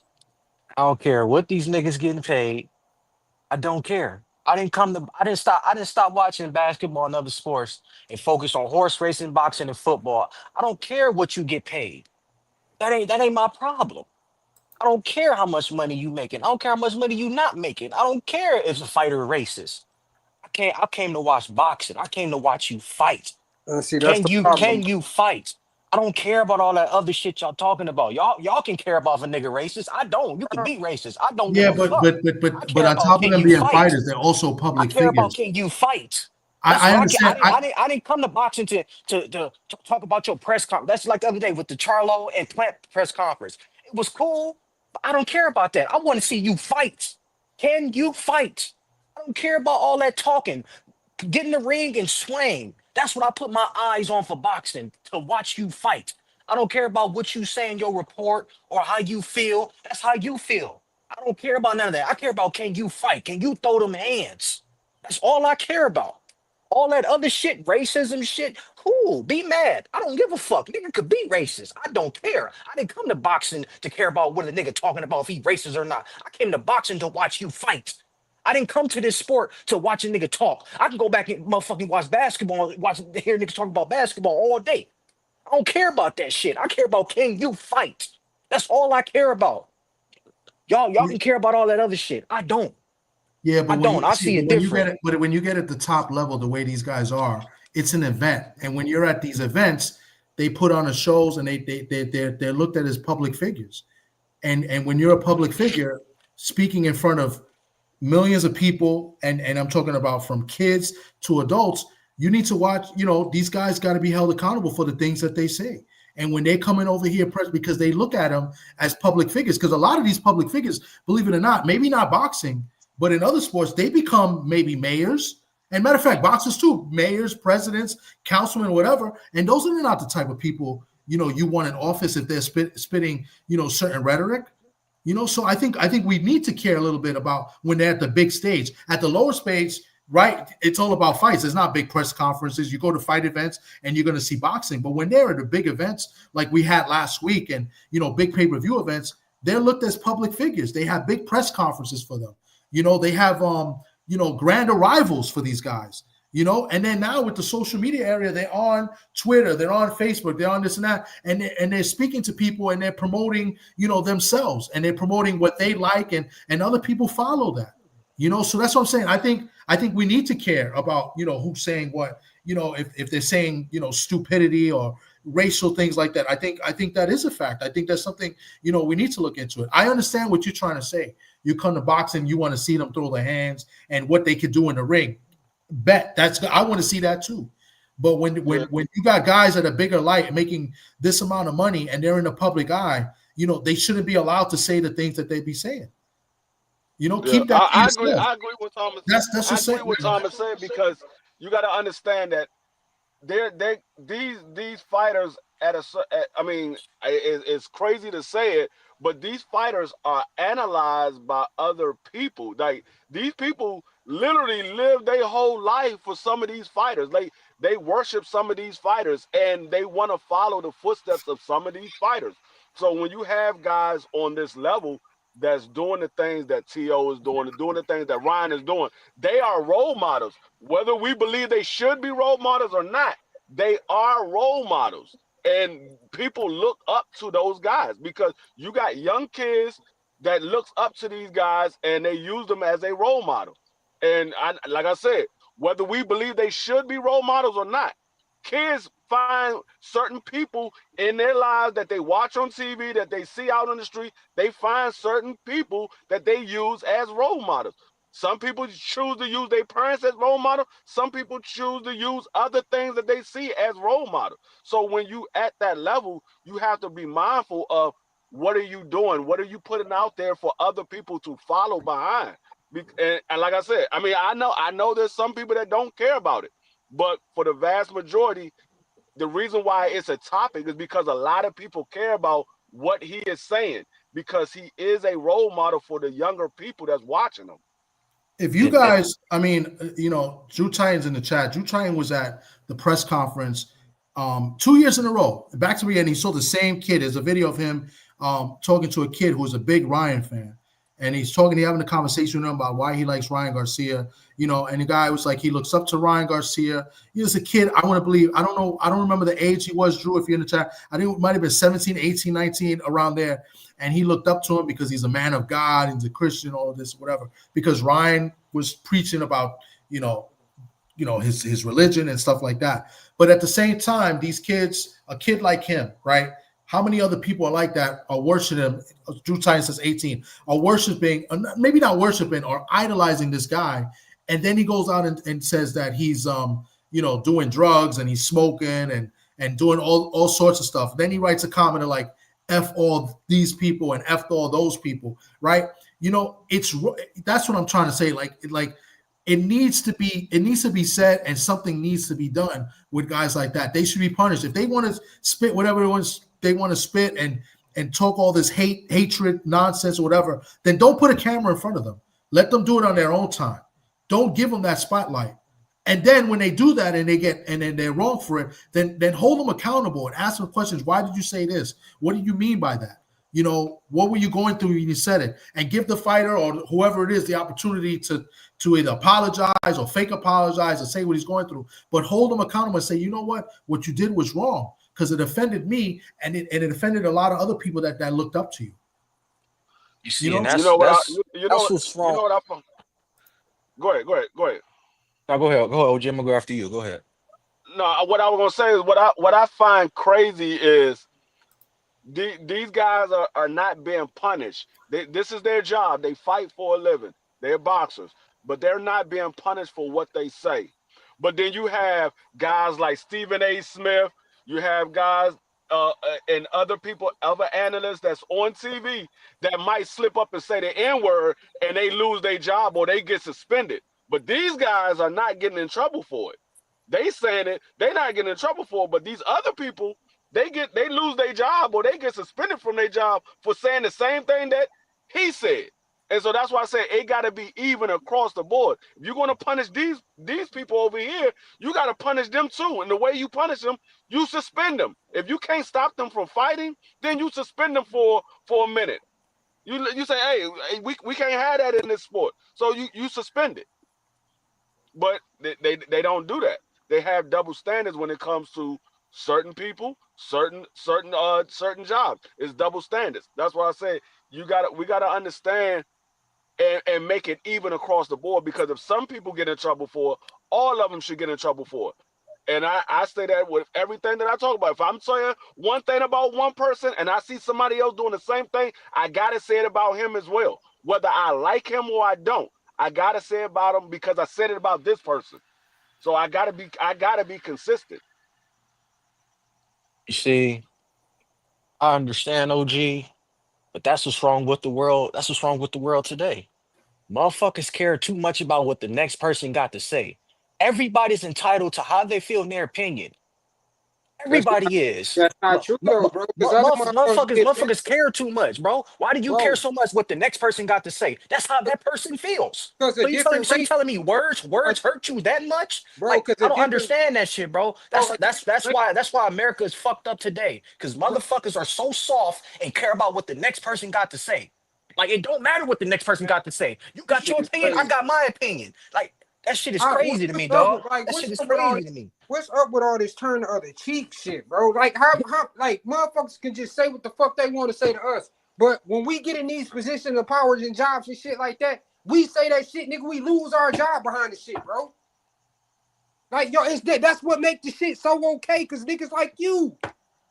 Bro, it's a That's place why and time niggas for keep getting away everything. with doing this It's a shit. place and Cause I'm time for pretty sure if a everything. white motherfucker call you a nigga in your face, you're not gonna have that same energy. I don't care.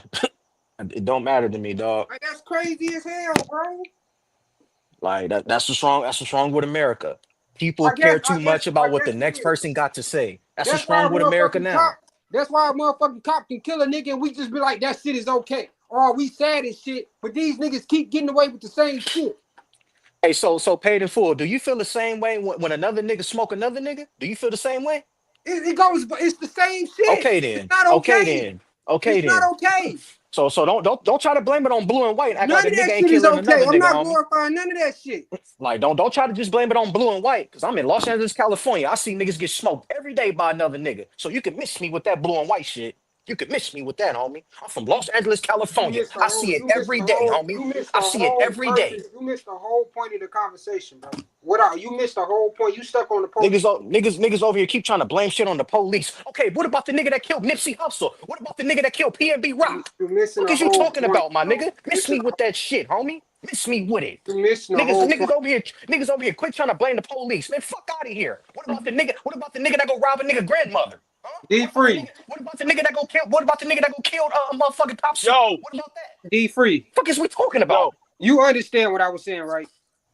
yeah. Niggas over here quick trying to blame the police Outside and of the shit. police, The fuck I'm trying to using the take the police easy as way an out. I think example. I'm not using I it think as Hot Rod. I think you're missing some of the points. So I understand your point, and I'm not judging you. I'm not saying anything bad. Like I respect everybody's opinion. We keep it respectful here.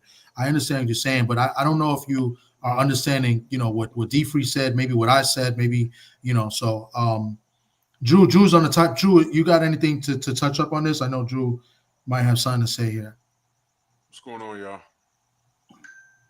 What's good, Drew? I'm chilling, man. Here's why I care. This term that everyone's using, playing in your face, I'm beyond that. You're not going to play in my face. For years, and I don't know how old, I might be the oldest person in this panel. I might be. I'm not perfect. I'm not Jesus. I'm not going to turn the other cheek so you can kick me in my other ass cheek. I'm not going to do that. We've been conditioned as a community to ignore it. It ain't that bad. Facts. And go along to get along to the point where the disrespect to the Black community has become completely normalized. If you're about to get into a car accident and you close your eyes, the car accident is still going to happen. When you look at a child and you're playing hide and go seek with your child and you find them, sometimes they'll cover their eyes and start screaming. They're laughing, they're screaming, but they think just because they cover their eyes, the element of danger is going to disappear. It never disappears. So when I hear Black people say, ignore it, we care too much, it's heartbreaking because I know that person has been conditioned to accept what's going on in the world and that the behavior has become normalized. This is not normal. A non-Black person, a known racist like Ryan Garcia saying what he said about Black people, about Black Muslims, because he was talking about Black Muslims in general. It's not normal. Teofimo Lopez walking that, he's not even walking that fine line. He's crossed the line. saying the word nigga, not like how the Puerto Ricans say it in the Bronx. Like, yo, what up, my nigga? No. He knows what he's doing. And to ignore that is to normalize it.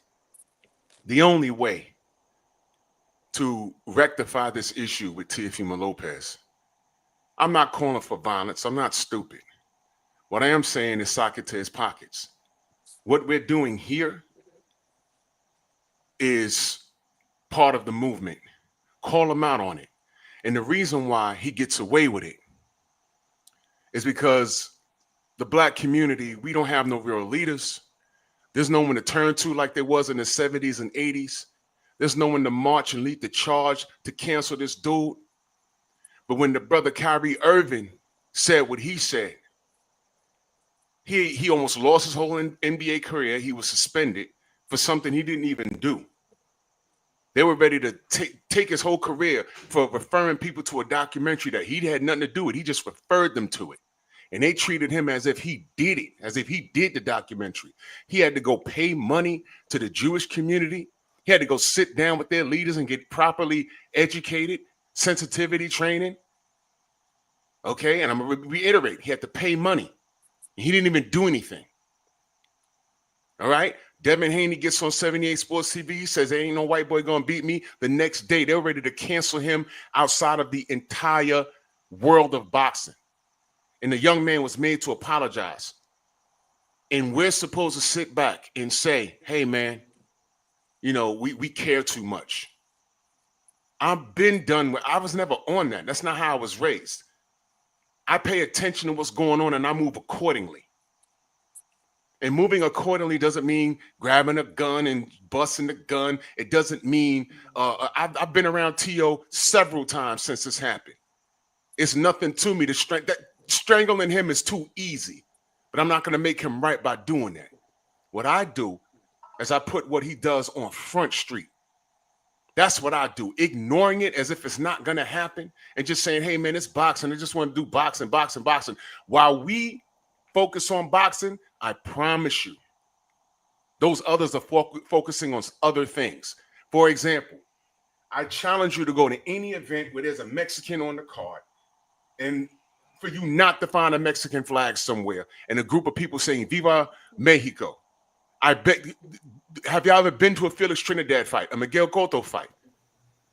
It's okay for everybody to rep where they're from. Adam Kownacki, he brought out half of Poland. I didn't know there was that many Polish people in New York. I didn't know that. I didn't know there was that many Ukrainians in New York when Vasily Lomachenko fought Guillermo Rigondeaux. I was there. I said, damn, why is it okay for them to do that? But when I say, hey, man, I'm supporting this fighter because he's black and we get shamed. We could never keep it boxing. We could never keep it NBA, NFL, MLB. We could never do that because they hold us to a standard. And ignoring it is not the option. What we have to do is match that energy. We are not outnumbered. We are unorganized. There was a tweet that someone took, because I'm not on Twitter. They screenshot it and sent it to me. These cats are saying, oh, they telling us how they really feel. You know what this person said? Blacks are always complaining. Why don't they go start a boxing Negro league? And I say, if we started a Negro league in boxing, boxing for everyone else would suck. Because a lot of the greatest fighters walking around today are what color? Black. That's the reality of things. So ignoring it and just focusing on the sport, that never works. Because if you ignore one thing, you give them an inch, they're going to take a yard. I'm not in the business of ignoring things. I could never be running around in the era where my grandparents and my parents was young with Martin Luther King and marching, we shall overcome. You know why my parents never marched? You know why my grandparents never marched? They said, you know what? Because if a cracker would throw a bottle at me, I'd grab that bottle and throw it back. That's just how I'm cut, and that's how I'm raised. I'm more of a Malcolm X kind of person. I'm a man of action. But I'm smart with my action. I am smart with my action. Ignoring it is not going to make it go away. Just saying, hey, man, I'm just going to focus on the sport. That's not going to make it go away. Because the more you ignore it, the bigger the problem is. A lot of people don't understand what Turkey's doing. There's a lot of things that I'm calling into question. I have my suspicions, but I'm quiet about it. I'm quiet about it for more than one reason, and there's a lot of things that I'm not going to say right now. But I have my suspicions of what he's doing. But what I will say is that I always say time reveals all truth. I always say that. And what did we see since Turkey got involved in boxing? Let me give y'all guys some food for thought. We saw Tyson Fury fight on Riyadh season 3 times. He basically almost lost to Francis Ngannou and lost twice to a cruiserweight and almost got knocked out in the first fight. So we saw a clean Fury and he looked like shit. What else did we see? We saw a clean Ryan Garcia and he looked like shit. Now y'all take that and do what you want with that information. He put his ass as a last fight, but it was 3 main events. Last fight, but Devin was the highest paid on the card. I know that for a fact.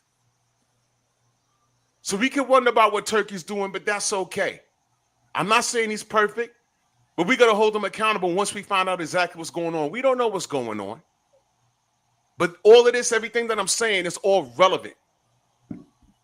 Yeah, I'm sure y'all have heard, if you don't stand for something, you'll fall for anything. Did y'all see the movie, what was it, Rosewood? With Ving Rhames? Yeah. Y'all remember that? Hell You remember yeah. Rosewood? Okay, he was a soldier. He came home. He said, look, I just want what's owed to me. With all due respect, sir, I just want to go to my home. And he didn't want nothing to do with it. And they kept telling him, yo, look, these crackers are going to come for us. He said, yo, with all due respect, I just want to be left alone. I want no beef. I just fought in the war and blah, blah, blah, blah, blah. And he tried to mind his business until what? Those crackers came for him. And he started shooting them up. He had to. He had to. And what I'm saying is, if you're in an arena and you so happen to purchase a seat, and on the left side of the arena during Canelo versus Bud, and you in Vegas, and you so happen to be around 50 Mexicans, and you the only nigga in there screaming for Bud, do not be surprised if beer get thrown at you. What you gonna say? Hey man, I'm just watching the fight. They don't want to hear that. You could be there strictly in the peace. And let me tell you something. Black people, for the most part, are strictly in the peace. We don't start this. It's them. You're not gonna walk on me. Every action has a reaction. I mind my business until you bring it to me. And just because you hold your head and you focus on the sport or whatever it is you say you do, that don't mean they ain't gonna come for you. When Ryan Garcia said fuck all niggers and Muslims, he didn't just mean niggers he meant everybody. He meant all of us. When Teofimo Lopez will start playing with the N-word, he means all of us because he got personal issues. His ex-wife is getting clapped up by Ben Wallace, and so is his goddamn sister. Popeye Jones clapping those cheeks, and he's mad at all of us. It's us as a collective. So I'm not hearing nothing that he says. I'm not hearing nothing that anybody says. This is a call to action in whether you acknowledge it or not, it's here. And I land the plane right there. Mic drop. Straight up. Bruh, I don't give a fuck about none of that. Nigga, I don't care about nothing you saying, homie. You speak for yourself, I speak for myself, homie. I don't care. Don't care. Don't care. Nigga think because a fighter black, I'm supposed to root for him. No, nigga, if you trash, you trash, nigga. Nigga, if you good, you good. I don't care about none of that shit. Hold on, Pedro. I don't care about none of that shit. Hold on, Pedro. Hold on. Nigga think, oh, Lomachenko brought out this. Oh, somebody brought out this. I don't care. I don't care what race you are, homie. If you can fight, you can fight. Okay. Don't care about none of that shit. Hot Rod, when did I ever say because you're black, you have to root for the black fighter? When did I say that? That's basically what you just said. That's not what I just said. I said when you are sitting in the audience, when you are sitting with an audience and you're surrounded by a bunch of Mexicans, they're gonna automatically assume that you're rooting for the black fighter. You ain't gonna have time to explain anything. He was fucked up. That's what I said. I don't care what race you are, homie. I don't see race. Cool, fam. I don't care. They see race on you. They see That's race your on opinion. you. That's your opinion. That's what you think. It's not my opinion. It's the reality. I live it every day. Whatever you say. Whatever you say. That's your opinion. Wait, hold on. Before I go That's your opinion, homie. I don't care about what the fuck you talking about. How old are you? Well, calm down, brother. I'm not cursing at you. That's what I'm saying. I don't care about what you talking about, OG. I don't care. Hold on. How old don't matter are you, to me. man? How old are you? Don't matter to me. I'm 27. There you go. Conversation over. There you go. Well, Hot Rod, you never. Don't care. Can I ask a question? Niggas want to talk about different races. Nigga, I'm in Los Angeles, California, bro. We got all type of race out here. New York. It don't matter All type of race out here, homie. Around Niggas think a nigga care about what race Dude, you are. I don't see what race you are. But you never been in a predicament where they saw you as for what color you are and treated you differently because of it. You never had that experience. No, I don't surround myself like that, homie. No, you don't have to surround yourself like that, bro. It can happen to anyone at any time. How many times you don't have to surround California, young man? I don't put myself. That's not conducive for me, homie. I understand what you're saying. Out of your city. I don't care about all that other shit, homie. I don't care about all that other shit. How many times have you traveled outside your state? Let's see. Been to Vegas, been to Texas, been to Arizona, been quite a few states, sir. Yeah, off of vacation. Like I just said, been to quite a few states. Lived in Texas and in California, homie. Okay, great. So you don't understand how systematic racism works? I don't care about racism. No, dog. that's not what I asked you, brother. Don't care. Do you understand how it works? Don't care. My best friend was white. My best friend was Mexican. I don't care about racism, homie. I didn't ask you don't any care. of that. That's what's wrong with you motherfuckers. You motherfuckers still think this is the 1950s. This ain't the 1950s, homie. I wasn't born in the 1950s. I wasn't born in the 1950s. Goddamn ass, bro. This ain't the 1950s. I wasn't born in the 1950s. The hell? I was born in 1975. Niggas still think this is the 1950s, bro. You can still be on that racism dumb shit. Not me. I don't care what race you are. If you a cool person, you a cool person. Don't fuck about none of that shit. Jesus Christ. Just like with boxing. I don't care what race you are. You can fight, you can fight. The fuck? Uh-huh. Inoue not black. Canelo not black, but they can fight. Can't they fight? I never said they couldn't. The fuck? I never said they couldn't. So what I are said we talking Canelo's about? nice. I said Canelo's nice with his. I said Canelo's so nice, I don't know why he needed clean beautiful. That's what I said. Why does he need that? So respectfully, Hot Rod, this conversation is not really for you. Like when we talk about the fights, and yeah, you could come up and talk about the fights, but what we were talking about is, like, in my opinion, what I wanted to talk about Turki and how he's treating, certain fighters who's doing certain things, and this may just not be for you. I mean, I'm not saying anything bad for you. You've been respectful for the most part. You know what I'm saying, and your opinion is your opinion, and I'm very respectful to everybody. You know what I'm saying? And, I'm a Puerto Rican and I'm also very light skinned and I'm in the Bronx, and I face different situations, and you face different situations as well. And you're not a part of that. And I respect that, but maybe this conversation is just not for you, bro. Respectfully. It's definitely not. We cold blooded. But no, BBO, it's not funny. I want to be respectful. I'm not trying to joke or clown. You know what I'm saying? I mean, it's just not fun. But like, if you want to come up and never talk about the fights, it's all good. But but maybe this is just not a conversation for you. But I don't want you to be turned off from the show when we do actually talk about fighting. But that's just what it is. It's just not a subject that you can talk about with us right now because you disagree, and and I respect that. You know what I'm saying? So I don't have to agree with none of y'all. Agree to disagree. Obviously, I don't have to agree. Yeah.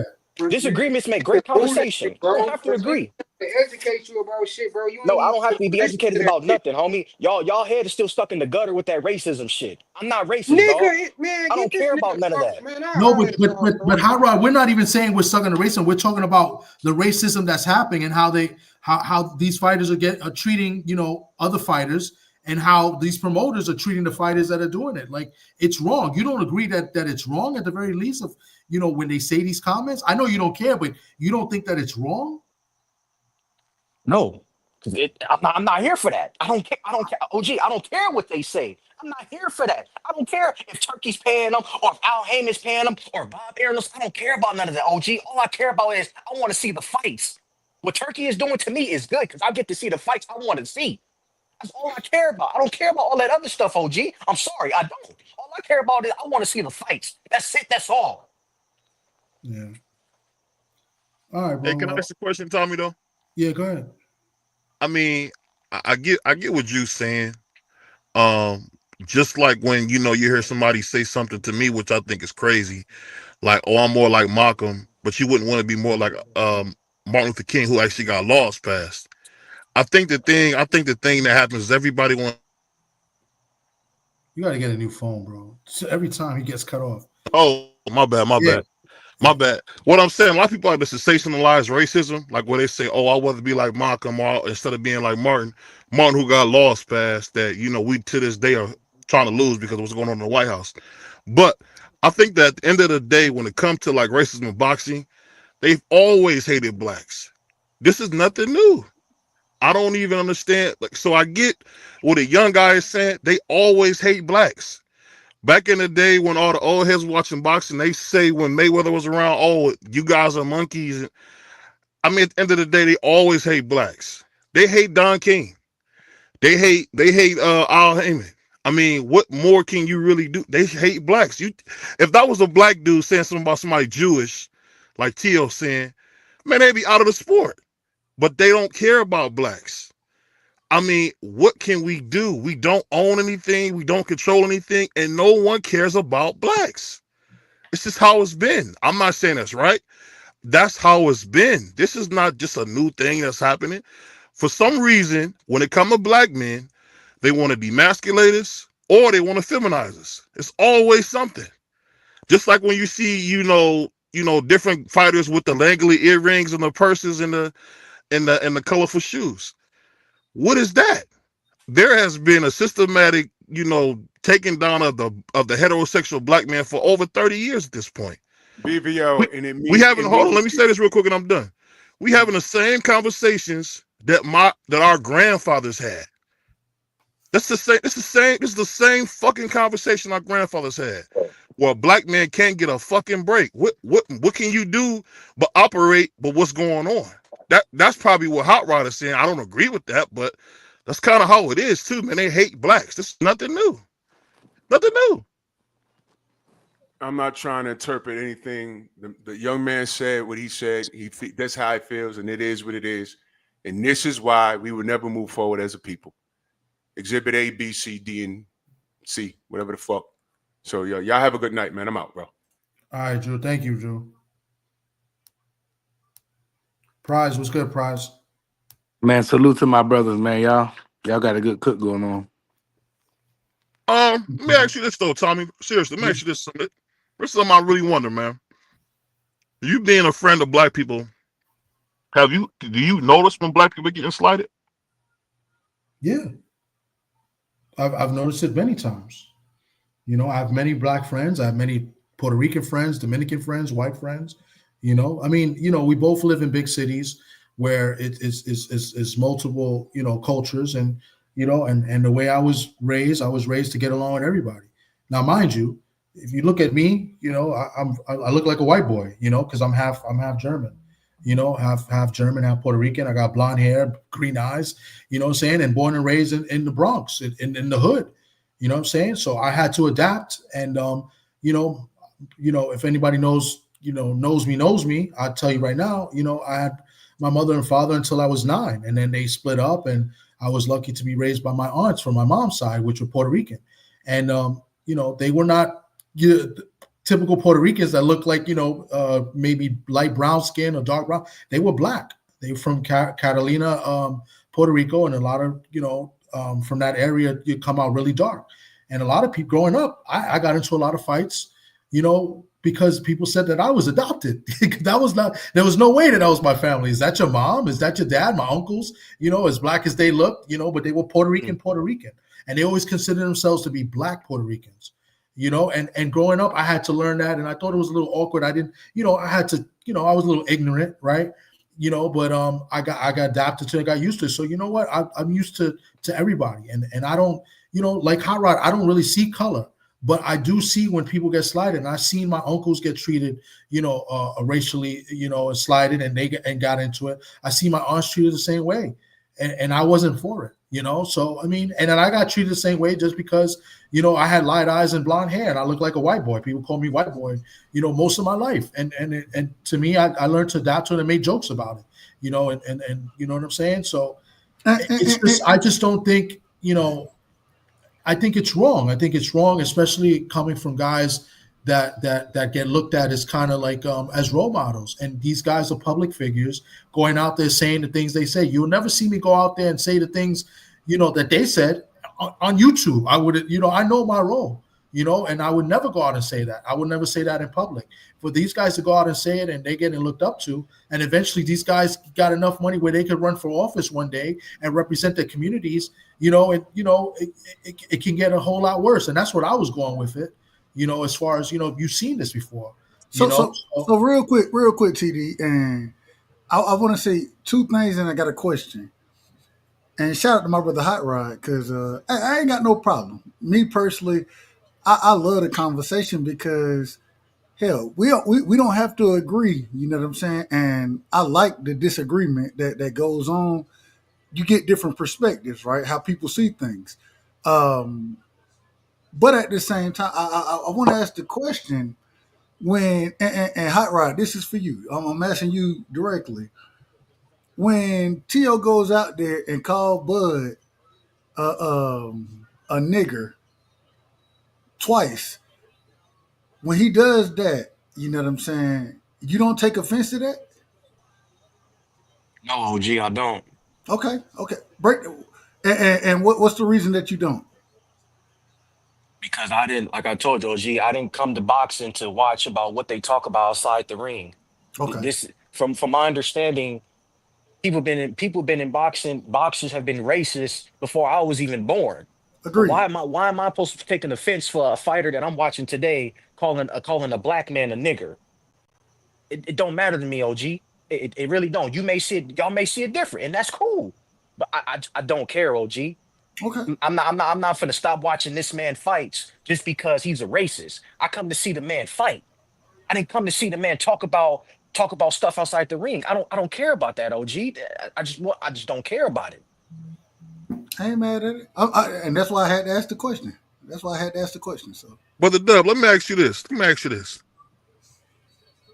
So when me and you speak, I think you got to remember there's a certain way that people like me and you, a lot of us think because our grandparents were so involved, and I don't think a lot of the younger people may have had those kind of grandparents who kind of were like directly affected by racism. So they might come to a place where they say, "Hey, I don't care," because let's be honest. Even if we talk about Germans, the Germans were persecuted all by the Britons. I mean, they got signs. They actually got in the museum up here where they would say no blacks, no dogs, no Germans. That's what they would say. So the plight of racism hasn't just affected us, it's affected a lot of other cultures. But do you think just people are not, and people don't read either? You don't think that's probably why these guys think like that, though? I think, and I know for myself, like you just said, I grew up with old folks. You know what I'm saying? I grew up with a bunch of old folks, and so it's always been kind of, I ain't gonna say put on me, but nah, you got to look out for this. When you moving through the corporate world, you got to look out for these type of things right here. You know what I'm saying? That's how it's always been presented to me. And so when I hear Hot Rod, even though I don't agree with him 100%, I understand the perspective. And I will say that in a perfect world, you don't see color. You see talent for talent, right? But when I see an individual who is that talented utilizing racism, right, and then will tell us that he's doing it for promotion, I have a problem with it. And I understand what the young brother is saying. I ain't got no problem. I'm just saying that nah, I came up in the era, and like you said, BVO, we came up with old folks. You know what I'm It's just saying? that simple, man. We came up with old folks, and Hey, so and the they ain't old play. folks. Hey, they ain't play that shit. Matter of fact, they taught you from the beginning. Hey, if this go down, then hey, you either gonna get your ass whooped or you gonna swing out there. It is what it Hey, you is. know what my grandma say, Dub? You going what she say? It's from the gate. I used to look. I can hear it now And, from the gate. and if you don't pop it off, then I'm gonna whoop your ass and then make you go pop it off. So I think we came from different generations, but I will say I think one of the reasons I'm as blessed as I am is because I was raised by old folks. I think that it gave me a solid foundation It gave me a foundation I can sit on with my son. You know what I'm saying? Ain't no way my son finna get out there and be called anything outside of his name and not stand on. Nah, you ain't calling. Nah, hell nah. And like I always tell him, shit, if it happened, first things first, let your hands go, and then come talk to me about it, and we'll figure it out accordingly. We'll figure it out. But I came from the generation where they told me, oh, they said this to you, go out there and whoop their ass. And if you don't whoop their ass, I'm gonna whoop your ass. So that's the generation I came from. So I understand it, but at the same time, I do think that it has to be a point that we get to that you can't let certain things get to you. And I think that's kind of the that's the hot rod generation right now, where he's like, bro, man, I'm not worried about that shit, man. I'm not, man. Can you fight? Can you make the money? I understand that piece of it. I just think that, man, we got to stand on our square at some point in time as a people, and I think that's the disconnect in this conversation right now. Dub, the thing that Tommy said that was super like valuable in this whole conversation is, if you think about it, man, if you think about it, these are the kids or the people that our grandparents told us about. They wouldn't care about their own. They wouldn't care about helping other people. Not saying it about Hot Rod. So I want to make sure, because Hot Rod's my nigga. That's my nigga. Everybody know that. That's why he's around, because he's my nigga. Crazy as he is, I love the nigga. But what I'm saying is, we heard about how niggas would celebrate decadence things over actual human life, and that's kind of what we seeing now. We seeing people who don't give a damn. Man, did you hear that stuff that Shannon Sharp was saying with that little scrawny white girl? I'm gonna put a big black baby in you and all that. Like, it was like some, like, I don't know what you call that, where he probably was having her call him nigger or something. Like, you know what I mean? It's wild, bro. Like, it's just like my uncle when he became a Muslim, before he came to his senses, and he was having sex with this white girl. He kept telling her to say you the devil, say you the devil. Dub, I never thought niggas could be hype about something sick like that, but that's the world we live in, man. These people don't understand racism is real, and if it wasn't, why would they do some of the things they do if it wasn't real, man? But and the thing is I think y'all done heard me talk long enough. I try my best to stay away from it. But at the same time, when it's put in my face, when you're saying certain things, it has to be addressed. Mm-hmm. And I think that's the craziest thing to me is, man, you're not gonna throw this in my face Mm-hmm. and not think that it's not gonna be. Uh, uh, I always say I try my best to practice nonviolence on a daily basis. I tell my son, hey, man, keep your hands to yourself. If nobody don't put their hands on you, you don't touch nobody. You know what I'm saying?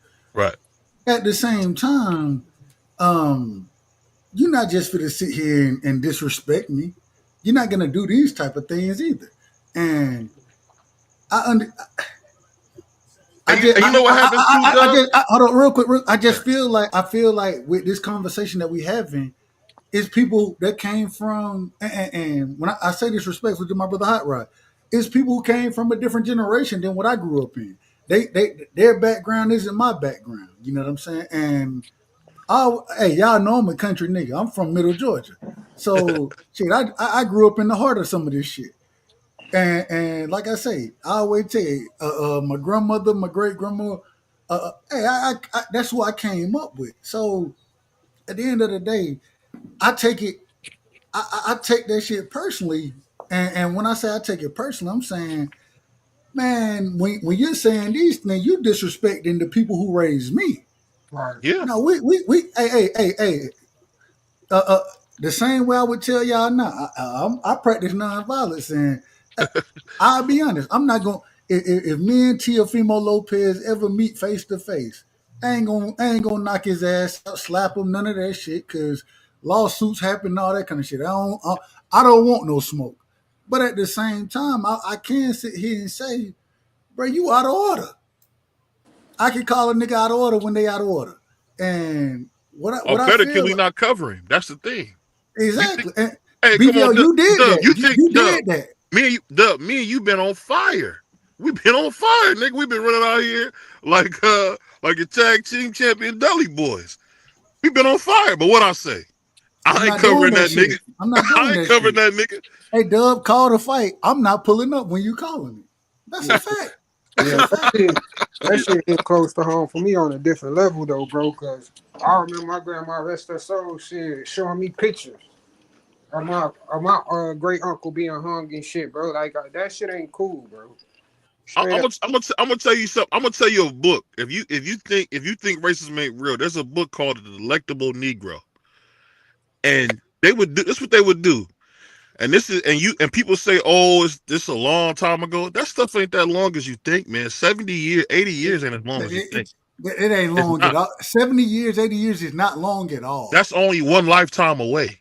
Facts. They used to put their feet on young black boys' bellies to keep their feet warm. Yep. This ain't no joke or my favorite. They would Not e- eat us or they would eat us. People yeah, don't not even. understand when you hear buck breaking. You know what buck breaking is? Let's break this down since we got people Oh yeah, go ahead, who cause I don't definitely understand know what what this you're talking is. about. I What don't they're know. talking about is I don't taking know them. if TD. Hold on. I don't know. I don't know if Tommy. Hey, let us Yeah, cook. I'm here. I'm here. What's up? Okay, Hey we man, good. We hey good. dude, Tommy's a nigga, man. He ain't nothing Tommy can say. He's a nigga, bro. Shout out He to eat Tommy. pork, he eat ribs and pork all day. He's a nigga, man. We already know what Tommy is. We know what Tommy is. He eat greens, he eat that hot water corn, eat all that shit. That's What crazy. I'm saying is this: Jesus Christ. they would take men and take their manhood sexually. Yeah, The That's what biggest blood nigga. breaking is. So that's why I don't bring up stuff like that because that stuff ain't funny. That stuff ain't silly. That it's stuff they real. would have different plantation owners. These cupcake plantation owners would come and take turns having sex with the biggest, strongest black guy in front of everybody. Yep. That's where that public humiliation comes from. That's where Mandingo comes from. Yep. Or my favorite when you see Turkey holding Buzz' hand like that's his boyfriend or something. That's And All, not even humiliation, that. bro. Yeah, all I'm not even saying at that. the end, all I'm saying at the end of the day, my thing is just being raised a certain way, coming up in the South, like, bro, you had to stand on yours. You know what I'm saying? And I always say, I got a ton of homeboys that's white, Mexican, out in any race outside of black, but at the same time, they understood. Nah, nigga, you can't just say certain things to me. You can't do certain things like that. It's gonna be considered disrespect. Mm-hmm. We're gonna stand on it, and I just I would say when I was younger and I used to hang out with white, because you know when you go to prep school, you hang out with white kids. you I do. would say nigga this, nigga that, nigga this, nigga that. They never said it because they knew, hey, you said BBO going in that mouth. It's just that simple, man.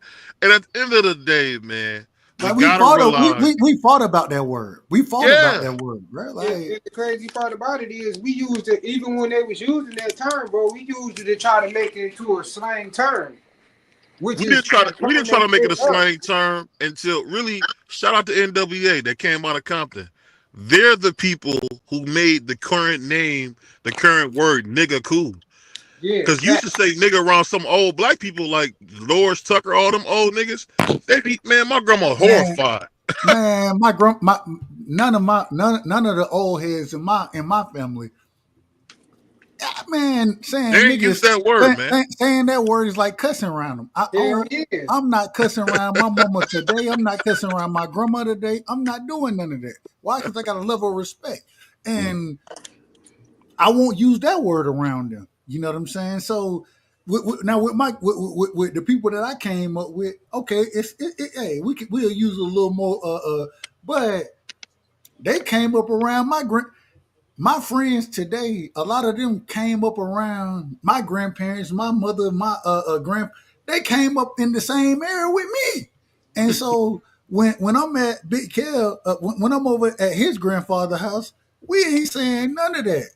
No. Right when you say nigga, hold on, what you said? That was cussing back in Nigga. No the day. sir, no sir, no sir, That was straight nothing, cussing back in the day. nothing. We didn't. No. Hold. Hey, look. Put a This, handle on that, duck. hey, look, hold on, look. This when I was driving at the time.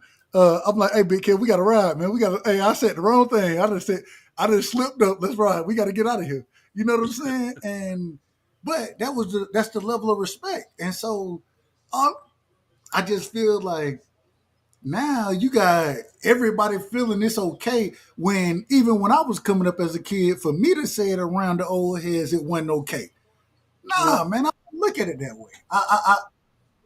I don't know. I think it's the way you're raised. I think it's the people you come up around. But they said though again, like I said, they said this was gonna happen back then, and it's not even no shot at Hot Rod, bro. And I don't know him like that. I mean, y'all been around him a lot, and there ain't no disrespect towards him, but they said that generation was going to be okay with that shit, and I mean, at the same time, you can't really blame them because, like, shit, now I'm trying to get an understanding. I had to jump in the background to get an understanding of the shit. And I can understand where he coming from. Now, at first I was heated about that shit, but... You know. Hey, hold on, real quick. I want to ask this question. I want to ask it because we got, and my apologies, Thomas. Okay. And you run the show. I didn't want the conversation to get too crazy because, listen, I mean, this is a platform that I have, right? Yeah. And I share it with all of you. And I've welcomed a bunch of people to be on this platform as well because, it's a sports talk, network, right? And it's a sports talk show. We talk sports. I don't only do boxing. I even talk wrestling. I do multiple conversations about things and I have fun with it. What I did today, what I wanted to do today, and I think we did a good job of doing it, was I wanted to talk about Turkey and about these things that have been happening because I think I felt that it was a need that it needed to be discussed and it needed to be, overall discussed and just like, debated or just discussed, you know what I'm saying? Because, I think we need to use our platforms individually because everyone in this platform or this panel has been through situations where they've been disrespected in some way. Whether it's racial or whether it's, who knows, whatever it is has been disrespected. And I don't tolerate disrespect. And what I'm saying is as far as the boxing conversation is concerned, we brought up two fighters and then you have a guy that's a billionaire putting money in these guys' pockets for generally just being disrespectful to other fighters. Disrespect does happen, especially in a fight game, and then you earn your respect after the rings. But there's certain disrespect that just shouldn't be said, especially at this high, magnitude. And when you're getting looked at as kind of a role model. I'm not a role model except to my kids and maybe some people in my neighborhood because I used to coach baseball, when I was younger. So maybe people do look up to me. So I have to hold that in a high standard as far as the way I act and the way, I perform in my personal life at times because it's like, that guy, look what he just did. He just robbed the bank or he just murdered somebody, cut somebody. Word, that guy, Thomas, wasn't he a baseball coach? Or like, yeah, he used to coach me. Like, I think about these things, you know what I'm saying? And now here we're looking at these pro athletes where they're being racist and I'm not even, let's not use racist. They're being disrespectful to the point where that they shouldn't be getting paid this amount of money. They should get fined or punished because in the real world, when we grow up, they teach us in school, to show respect. And when you get a job, you have to follow those rules and guidelines. And a lot of those, that's why you have HR departments and stuff like that. So you don't be disrespectful or you know what I'm saying, or say something you shouldn't say, I'm all over the place with my wordplay because I'm not as good as some other people that are on this panel and maybe Drew, who was here before, you know what I'm saying? But that's what I'm saying. This was like a one-time topic that we brought up, so we do talk sports, we talk boxing. That's a lot. But I think at times we need to discuss, things like this as well. So it's no disrespect to you, Haro. I think you've been respectful for the most part, I mean, maybe a little bit curse words, but everybody's been cursing up on here. But, and I appreciate everybody up here trying to, explain certain things to Hot Rod and Hot Rod explaining his situations. So I don't want anybody to feel like slighted in any type of way, So this is a sports talk network. We talk sports and stuff, but I think certain topics like this need to be discussed, and brought out, to educate because you don't want to be ignorant for the rest of your life too. So let me ask you this, Thomas. You guys can continue, Let me ask you this, Thomas. Yeah. I think the thing that we got to be honest is, man, all of us are minorities, man. Yeah. I went today and I got to meet, with a cat about some, development stuff going on, some opportunities. One thing I'm gonna tell you that I'm realizing more and more, us as black and brown people, we talk about so much bull crap that when we have a real conversation, we say stuff like we want to shy away from it. This is community building talk right here. This is the type of stuff that makes people better. You know why we doing so well as a sports talk network? Is because we're not afraid to talk about the stuff that people don't want to talk about. We could talk about police brutality. We could talk about what the police do and don't do. My man D. Freeman put it all on the line for us. So we got somebody who know about it. So the thing I'm gonna tell you is this: these kind of community building talks will never stop. I don't care what Puerto Rican Tommy said. I don't care how much. I don't care how much pizza and soda he drink. His Puerto Rican ass is gonna talk about this shit till he turn red in the face, because this is what we need, and we need more of this and less of the bullshit. And, It's just that simple. and the thing is, this is real talk. And the great Yeah, thing yeah. is, and real quick, if you don't mind, I apologize to you, Tommy. I apologize. No, you guys are good. I wanted to just bring that up real quick, but because I went over 2 hours and stuff, and I think we Okay. hit the mark as far as what I wanted to talk about and bring up. I mean, I might do another live and talk about it a little bit more, but we can open it up and you guys can continue speaking. I have no problem.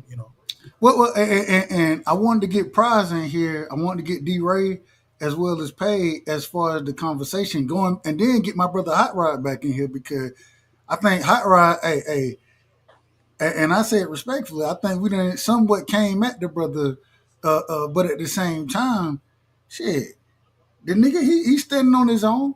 Yeah, He and okay with it, and and that's so I why ain't got no problem with that. and that's why And and that's go why. ahead. No, I respect him for that, bro. Because like at the end of the day, he's still being understanding. He's still hearing everybody out. He ain't cutting everybody off and shit like that. But he still stood on what he believed, and at the end of the day, a nigga can't be mad at that. That's that man's opinion. Shout out to my nigga Paid, man.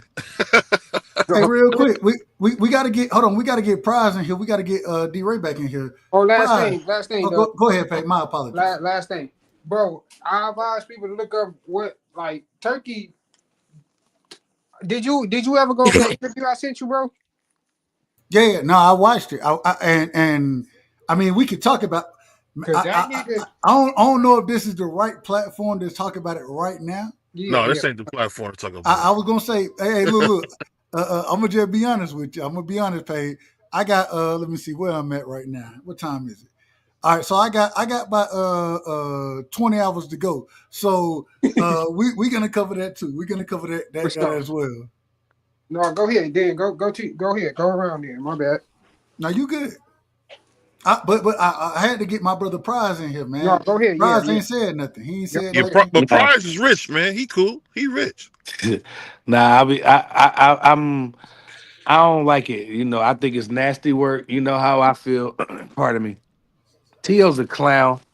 Ryan's a clown for saying the stuff that he did, and I just can't get down with it. And I'll listen to the whole argument or whatever, and everybody can have their different opinions. But the way I roll is, I ain't like I ain't letting that ride back. I was raised in the South for 19 years, so I know how it goes.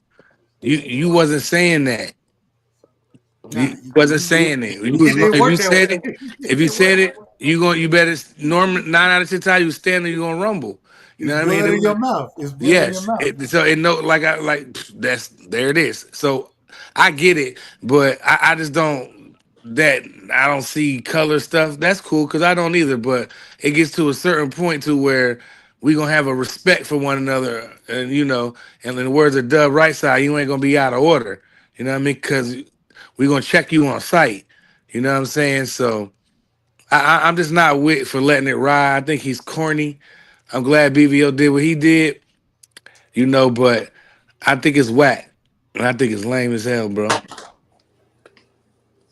Yeah, cause I feel like I just feel like he a bitch. Like Yeah, he's just he a hoe, bro. I feel like when you in front of that, not no different. I'm gonna tell you why he a bitch. Cause when he was in front of Cam and Mace, and they asked the nigga about that, he ain't had the balls to speak up on. He tucked his tail. Then when you get in front of Bud, they ask you again. you tuck your tail. But when you by yourself, you feel like Oh, you in the Bud was house gonna making put a whole hands on him, noise. bro. Yeah, because he know I don't what think the people outcome realize. is. I don't think people realize that Bud is the type of nigga who will put hands on you in a stadium. So I Fact. don't know if y'all seen it, but T.O. was genuinely scared because no, I'm being serious. I mean, I'm not joking. Hey, Tommy, you seen that face that nigga made? Bud and Tommy know this better than anybody. He be in all the fights. Bud will put his hands on you, man. When we You know, interviewed, shout out to Bernie. When we interviewed Bernie, the boxer, Bernie made it clear he would put his hands on niggas. Yeah. no, So just I to touch mean, up on Bud ain't that. the type of dude to be joking with like that, because Yeah. and even if you can box, a nigga hit you in your mouth, break your jaw, man. Then what? Let me touch up on No, that no, real no. quick. If he Let grab me, you, hold on. If he grab you outside of the boxing ring in a real fight, and the nigga can wrestle, you Oh in yeah. trouble. You in trouble. yeah. Let me touch up on that so I could give more clarity on the type of person T.O. is. So I do believe that he was a little nervous and scared when Bud talked to him. I think the energy did change. This is a guy that I spoke to. I spoke to T.O. personally in person. So it was September. It was at the Michaela Mayer fight versus Sandy Ryan here in New York. I stood afterwards because I wanted to talk to Evans Tobler. I came out, spoke to him, but before they came out, Tio was outside talking to a few media guys. So he was talking to them, and then after he finished, like he was just rambling away. Somebody asked him out loud, like, why you said that, or why did you say what you said about Tank Davis? When he said if any monkey could get whichever monkey wants the banana, that comment he made. Somebody said that, and then I said out loud to T.O., I said, you know what? One thing I give you, T.O., is that at least you show up to the fights. You say a lot of these crazy things, but it's not like you're only on Tinder. You be showing up the fights because it's true. Any fight in New York, T.O. shows his face. He be in the crowd. He shows up. So, except he didn't come with Keyshawn Davis for his last fight when Bud was there, but that's a different story. So anyway, after I made that comment, T.O. then said, you know why I say what I say? And you know why I do that? Like he was almost like kind of checked me as to what I said. He said, you know why I say that? And then guys said, oh, turn the cameras off. Like, no, don't record it. Like, yeah, tell us why. Tell us, like, you know why I do it and I say what I say? He kind of said the same thing at first about what he said on the Cam and Mace show. Like he said, like, it's like hitting below the belt. Like I know, something you can't do. I do this, kind of the irk the fighter type of thing. But then he said, and I also said, like, because he said, nobody's going to do anything to me. Because if anybody come and think about doing anything to me, that their whole that they and their whole family, and he put the finger across his throat, like would be eliminated. So ain't nobody gonna touch me. So like he was trying to play that like gangster role, and I was like, oh really? Wow, okay. And everybody was like kind of like whatever, not on camera. So like he kind of checked me for the comment I made because I think he knew what I was getting at. Like, he says all this crazy stuff and yet shows up in public, and then he tried to play like Big Willie, like, yeah, I can say what I say because ain't nobody gonna do anything to me. So that's when I knew, like, he's kind of like a scumbag. You know what I'm saying? So, And but he's from that's Florida, just man. clarity as a conversation I had with him in the street. And he from Florida, man. Florida got the craziest people in the nation. So you think a crazy nigga from Florida wouldn't talk crazy? I mean, to be honest with you, man, and I'm gonna be honest with you, I'm gonna not cover him. The thing that people don't understand is, yeah, you can big him up and put on what he do. You covering him. When somebody's a piece of crap, you don't give him no airtime. Man, when guys are bad for the brand, they don't get no airtime. What's the dude? Raheem Mahmoud, the dude that played for the Denver Nuggets, Shaq's point guard, Chris Jackson. He didn't get no coverage. A lot of people didn't know who he was because he got no coverage. I think people like us who control the media more than we think don't cover him. Who's Ryan Garcia? Who's Teofimo? I've never heard of these guys. They get no burn on BVO boxing. They Tell get them no none. free promo. Who is those guys? You know what I mean? And that's how I'm looking at it from this day on. Teofimo Lopez is not a person that's going to ever be discussed on BVO boxing anymore. Either is Ryan Garcia. They both can go to hell. I hope Ryan's mom fall in the lake. And I'll tell you this: Tio gonna get his. Tio gonna Jesus. get his. It is what it is. It ain't no game, man. You think you can walk around calling somebody a nigga? I got your nigga swinging. He gonna get it. He gonna get his, bro. Come on. You know, like I know, Tommy. These niggas in New York is crazy, man. Somebody hit his ass in the head with a bottle coming off the train. No, because it can happen, but they haven't held him accountable. He walks around like nothing. Now he's not always in New York. Like you said, he's in Florida. His father's more being in New York, but man, he went to New York. He just say when he fought in the Olympics, he fought for Honduras. He's not from New York. No, that's what. No, I know. I said his Another father's thing more is this: even when that and Tio a bitch for the simple fact he let his father get beat the fuck up in front of him. Yeah, I'm gonna tell you. I'm gonna tell you this, man. The only fighter that I gotta give him credit. And I don't like him, but man, Richardson Hitchens, that nigga is from New York and be in New York, and I've seen him live at home. That nigga's from New York. A guy like Tio is a clown perping, man.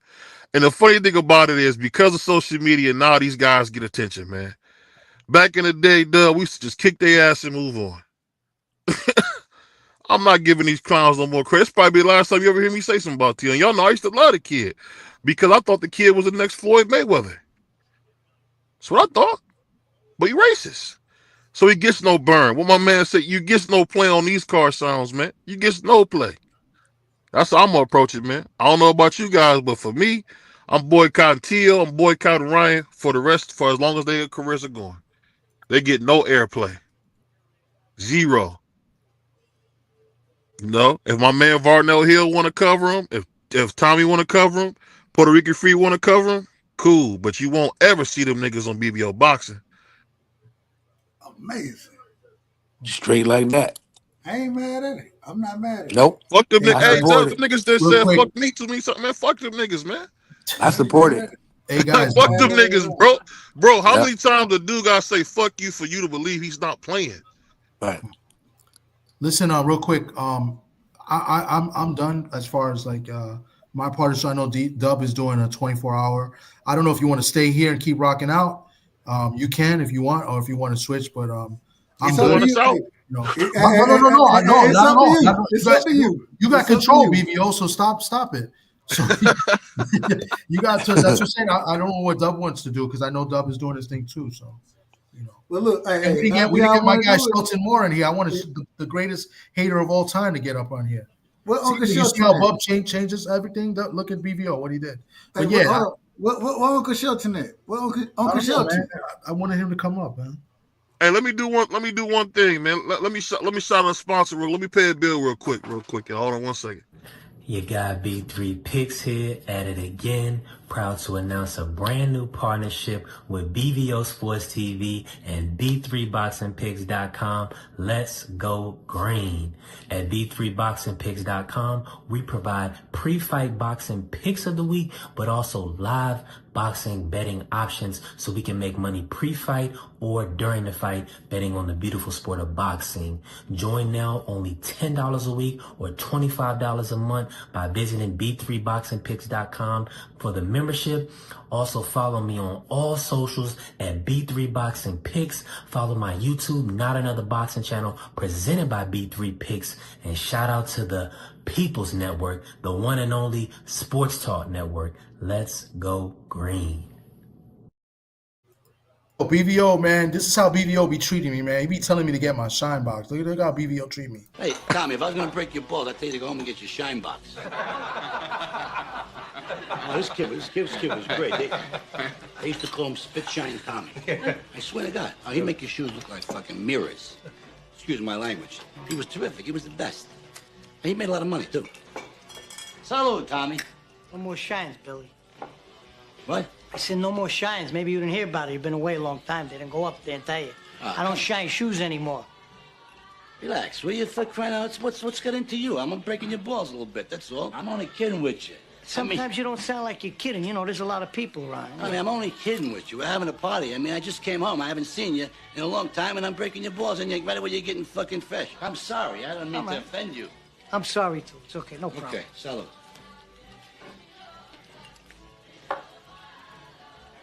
Now go home and get your fucking shine box. Motherfucking mother. Hey. Who lived and who died in that scene? That's all I'm asking. Who lived and who died? They both ended up dead. You know what's so funny, man? You know, my grandma used to say something. I used to laugh at her because she was so country about this. But hey, God is not mocked. And at the end of the day, man, guess what, man? God don't honor what T.O.'s doing, man. I know a lot of niggas don't. I know a lot of you niggas don't believe in God, but what he's doing, man, God ain't honoring that, bro. He not honoring that, bro. Why you think Ryan got knocked out, man? By Rolly. Man, come on, man. The universe working. Hey, man, it is what it is. Hey, you know what I gotta say though? I'll rewatch that fight. You know what got me about that fight, Dub? Did you see how Rolly was taking away the left hand taking away his jab by pawing that left hand? Hell, I called the fight. Oh my God! Hey, I was chilling. I was chilling watching something else when you was calling the fight. And I was thinking like, dang, that was a masterclass by whole Rolly. Hey, BVO, guess who we got that from? Tank. There you go. Real nigga activity.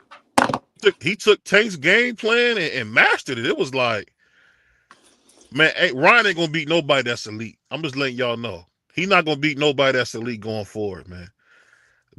He got too simple a style to beat anybody, man. So we ain't gotta worry about him, man. We ain't gotta worry about none of them guys, man.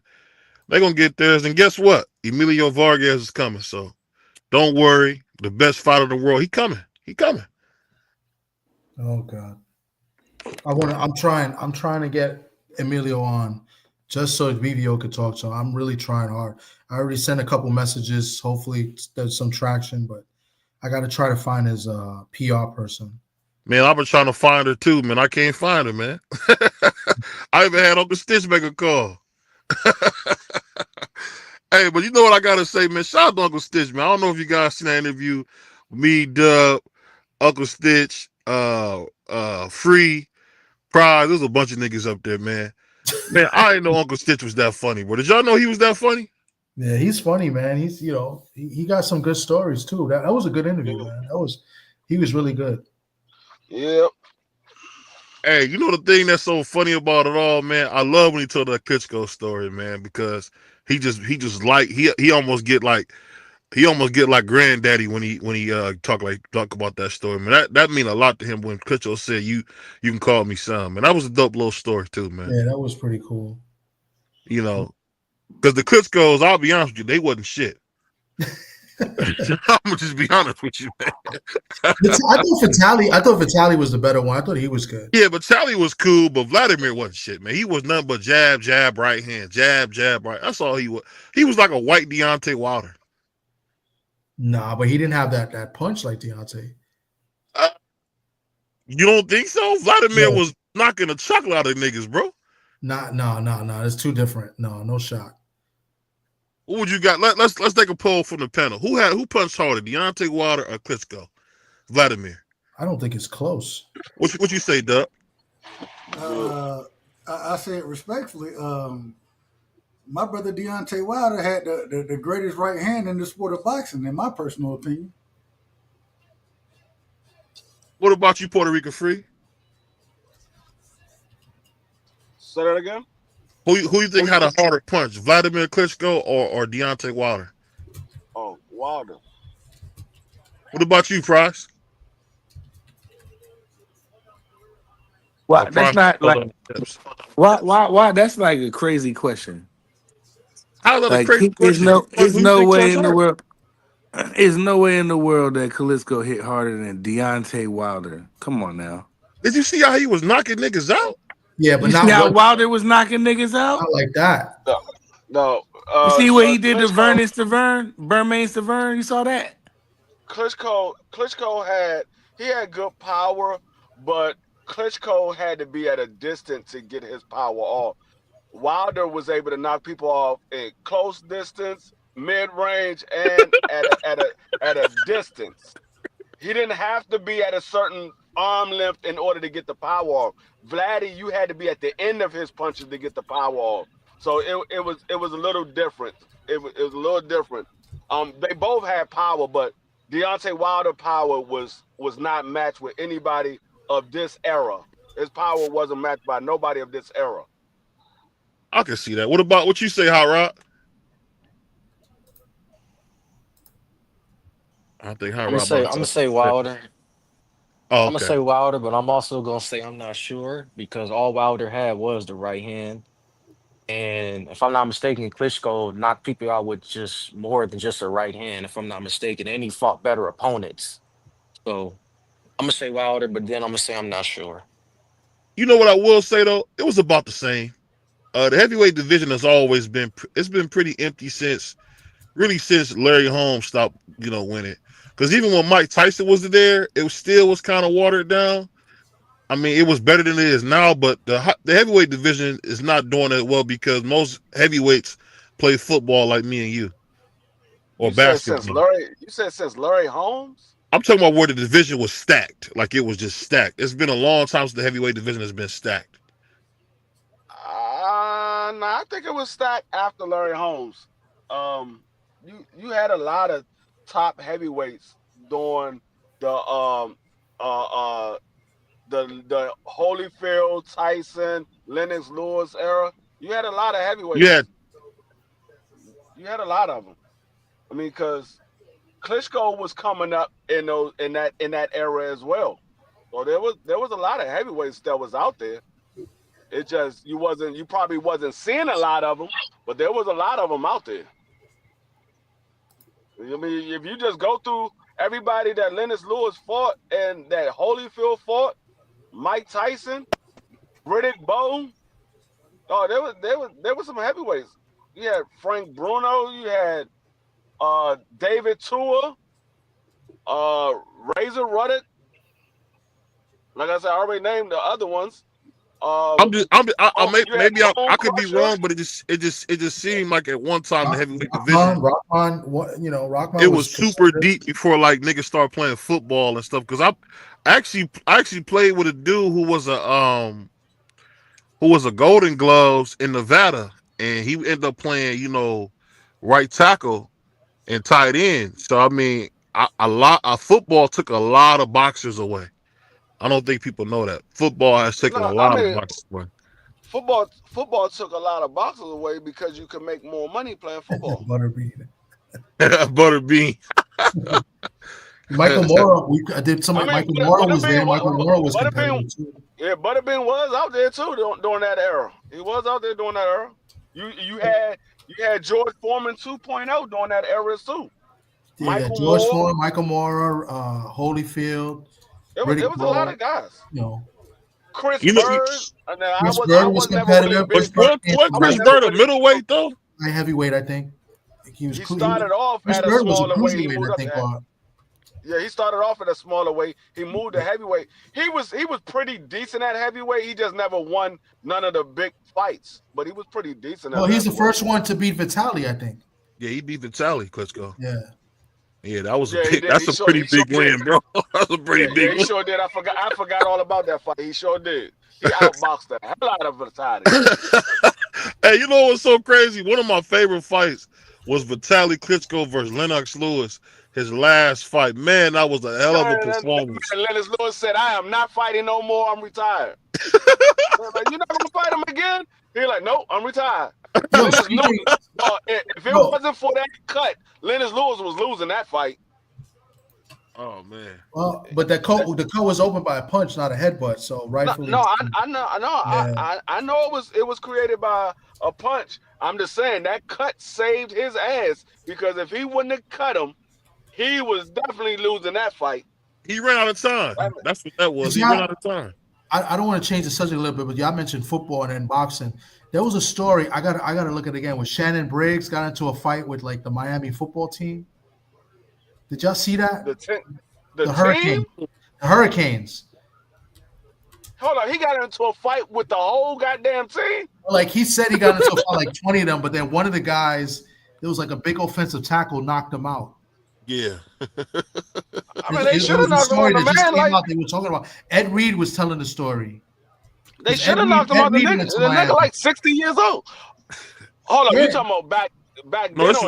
Yeah, Shannon Briggs back then. Yeah, when Shannon Briggs was in the heavyweight division too. That's another guy, man. Shannon Briggs has been around for a while. Shannon Briggs was another one. Yeah, so Shannon Briggs was like in his 20s. Hey, didn't he beat Shannon George Foreman Briggs. and win the lineal championship? No, He he didn't did beat beat. George Foreman. He didn't beat George Foreman. He beat somebody else and won the linear title. It wasn't George Foreman. It was somebody else. I forgot who I the don't know. guy's name was. I don't know why I He thought he did beat fight George George Foreman. Foreman though. No, he did. He did fight George Yeah, yeah. Foreman, but it wasn't for the linear title. It was somebody else that he He beat whooped for the linear George's title. ass. He beat George But worse than Muhammad Ali did.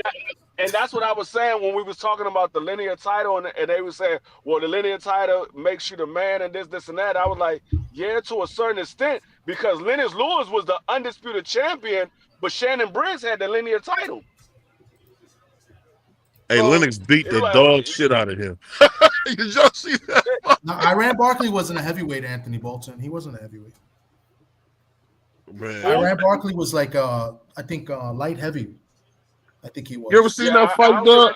think, no, it wasn't Iran Barkley. I can't remember who it was, but it was somebody I forgot who it was he beat, but it was a guy that was like a mediocre guy. But for some reason, the linear title was on the line. Shannon Briggs beat him. I think Shannon Briggs knocked him out, and he became the linear champion. I don't know why I But thought he had got that from George. That's my fault. I thought he got that it from wasn't George. George. I gotta remember who it was that he beat. But it wasn't George because George didn't have the linear title because when George came back, George had fought a bunch of other guys and then he beat Michael Moore for his title, but Michael Moore was never the linear champion. I forgot. I can't remember. It's going to stick. It's going to be on my mind the whole day until I figure out who the guy is. But I remember he beat a guy for the linear title. But this guy didn't have a championship belt neither. He just had the linear title. And Shannon Briggs beat him, became the linear champion. But Lennox Lewis was the undisputed champion. And they were like, Lennox Lewis is the guy at heavyweight. They were like, no, Shannon Briggs is the guy. He's the linear champion. So And that's Shannon why I Briggs was the lineal champion before he lost to Lennox Lewis? Yeah, he was the linear champion before he lost to Lennox Lewis. Who did he That's fight? how Lennox Lewis got the linear championship because he beat Shannon Briggs for the title. So it Shannon wasn't Briggs was Foreman? the linear. Because he fought No, it wasn't Foreman before Lennox Lewis. Yeah, but Foreman got his title from Michael Moore. Michael Moore wasn't the linear title. Wasn't the linear champion. So because the other guys he fought before that, I'm gonna say the names. The other guys he fought was like Georgie Valdez, Melton Bowen, Eric French. It had to be George Foreman. I don't think it was George Foreman because, like I said, when George Foreman got his title, he got it from Michael Moore, and I know Michael Moore wasn't the linear champion at the time when George Foreman beat him. Yeah, I don't know because I just those guys don't sound like they were lineal champions.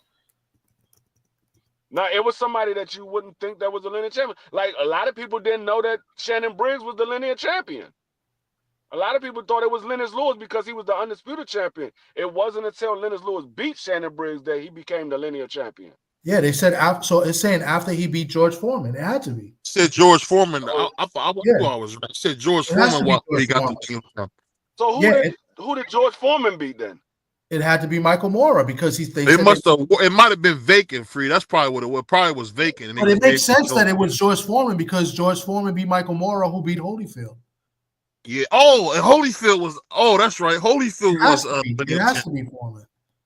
Yeah. Okay. It was Foreman. I'm looking at it right now. It was Foreman. It could be mistaken. I thought it was somebody, but either way, like I said, but hold up. George Foreman lost his title to Evander Holyfield. So the linear title wasn't on the line? No, Michael Moore beat him. I think after George beat Mora, I think he got stripped of the belts because I don't think he defended it. I have to look that up. I don't think because when Foreman fought Holyfield, it was before he fought Mora, if I'm not mistaken. So he already had lost to Holyfield. But I'll double check and look. I'm almost positive that he fought Holyfield before he fought Mora, and he already had lost to Holyfield. George Foreman fought Evander Holyfield in 91. And and he lost. Yeah, so that he fought. He Yeah, didn't fight definitely Michael was way Moore until earlier. 1994. Yes. Okay. He fought Michael Moore in 1994. Okay. So And 3 years then later, after he lost to Holyfield. So, so but they I'm must trying have to figure stripped out Foreman from the title because maybe he didn't defend it. Because after because I was Michael about to Moore, say, I was about to say because when Shannon Briggs beat Foreman, it was no title on the line, except except for the linear title. Y'all saying he fought Foreman for the linear title. I know Foreman didn't have a heavyweight title at the time that he fought Shannon Briggs. no, he didn't. So for whatever reason, they must have stripped him of the belt because he beat Axel Schultz, right? He defended it. He won like a not a unanimous decision. It might have been a split or majority. And then I don't know what happened after that. I think he fought. He fought who's this guy? Salvarez. But I don't think that was for the title. So they must have stripped him for whatever reason. Okay. Yeah, I That don't know makes why. sense. I have to look that up. Yeah. That was the thing. Like I said, Dennis Lewis was the undisputed champion, but he didn't have the linear title until he beat Shannon Briggs. Yes. So Shannon Briggs was still considered the number one guy in the division, even though Dennis Lewis was the undisputed champion. Yeah, and the way the linear works is that you hold the linear until somebody beats you, and then when Or until you move Foreman out of beat the weight Mora, class. when Foreman unless you retire or whatever, but when Foreman beat Mora, he didn't lose until he fought Shannon Briggs. So I guess that's how that works. So that would make sense because I think the lineal title can't be changed unless it's like vacant, unless they retire, right? Because it's really the guy that beat the guy. That's what that means. Yeah. The only way you get rid of, only way the linear title gets moved over to the next person, you got to beat the guy that holds it, or that guy gotta move out of the weight class, and that belt go vacant until they decide to put it back on the put it up for somebody to win it. Yeah. So that's the same. Like a lot of people said that Gary Russell should have been considered a linear champion because he had his championship belt for so long, and he was never considered the linear champion because everybody else in the division lost their title, but he still had his title. And they were like, he should have been up for it, but they never put it up for it. The same thing happened with Earl Spence. They said Earl Spence should have had the linear title, but they never put it up for Earl Spence. Somehow they put it up for Bud when Bud fought, I think, was it Kell Brook? Really? It was somebody. It was somebody Bud fought, and that's when Bud became the number one guy. Remember, they moved Bud to number one over Earl, even though Earl had 3 belts and Bud only had 1. They moved Bud over Earl, and everybody was like, how the hell they moved Bud over Earl when Earl got 3 belts? He beat everybody, and the guys that Bud beat outside of daggone Amir Khan and Jeff Horn, Earl had already beat those guys. Yeah, I gotta look up the history of the lineal title at 147. That's interesting because you would think Floyd was the lineal champion at one point, right? So he retires, right? Nobody and then beats him. It was supposed to have moved over to Kell Brook, but I don't know if. But how did Kell Brook for beating Sean Porter? Did Sean Porter get it? Because he beat Sean Porter. So No, was Sean Porter lineal? I think it was moved over to Kell Brook because I think Floyd had retired at that time. I think Floyd had retired because Floyd retired. What year did Floyd retire? I don't know. I know the last fight he had was Conor McGregor. I don't remember what year that was. I have to look it up because I know that Kell Brook became a world champion by beating Sean Porter. So I don't know if that did it. And Earl beat him in 2017. Earl beat Kell Brook in 2017. Yeah, so they didn't make him the lineal champion after that. So they might have Nope. still been And vacant, or maybe Floyd was still. I guess they still counted him as being active. That's weird. yeah, Floyd and was but lineal champion from '06 to '08 and in 2015. So in yeah, so 20, it was vacant. Hey, It was vacant. I got a quick question, Tommy. yes. Is Carmelo a Puerto Rican? Who? Carmelo Anthony. He's part Puerto Rican. Yeah. Wow, that's Wait a crazy. I minute. Wait never a knew that. minute. Now y'all out of order. Now y'all out of order because I thought Carmelo your niggas Anthony. played baseball. Hold on, That's man. what's Hold up. on. Wait a you're, minute. Wait a you're so minute. stupid. I swear to Hold God. on. Wait a minute. Wait a minute. The man is out I of order. did it. Carmelo, you out of order. Carmelo Anthony, and we don't need to bring the great brother name up He because one of my favorite players to play the game. you out But of order. You out of order. how am I out of order? Because I didn't know he's a Puerto Rican. Cause you still talking. It ain't on you no more, nigga. It ain't on you. You out of order. What I'm trying to tell you is don't bring my brother and my favorite player of all time, Carmelo Anthony. Don't bring the brother name up in none of your nonsense, man. You Over go Jordan? start. He your favorite player over Jordan? Absolutely. Listen. And people that heard me tell my story multiple. I fashioned my game after two players, Carmelo Anthony and Rudy Gay. Those are the two players I fashioned my game after. And because Melo is my favorite player of all time, will always be my favorite player of all time. And get what? The one thing he didn't do is be a sucker and go sell out and say, you know what, I'm playing with the best people in the league. Now that nigga said, I'm gonna get it on my own, nigga. I get it on my own. Yeah. Shout out to my brother, man. Carmelo's one of my favorite college players because I'm a Syracuse Orange fan. One of the greatest college players of all time. Rudy Gay as well. Yeah, he gave And Syracuse I'm the gonna only tell you, championship. I'm gonna tell you, TD, I'm a UConn fan. You know what I'm saying? But when Melo was at Syracuse, oh yeah, I rock with Melo. I fashioned the first time I saw Melo play. Melo graduated, I believe, 03. I graduated 06. I got a chance to watch him AAU wise. You know what I'm saying?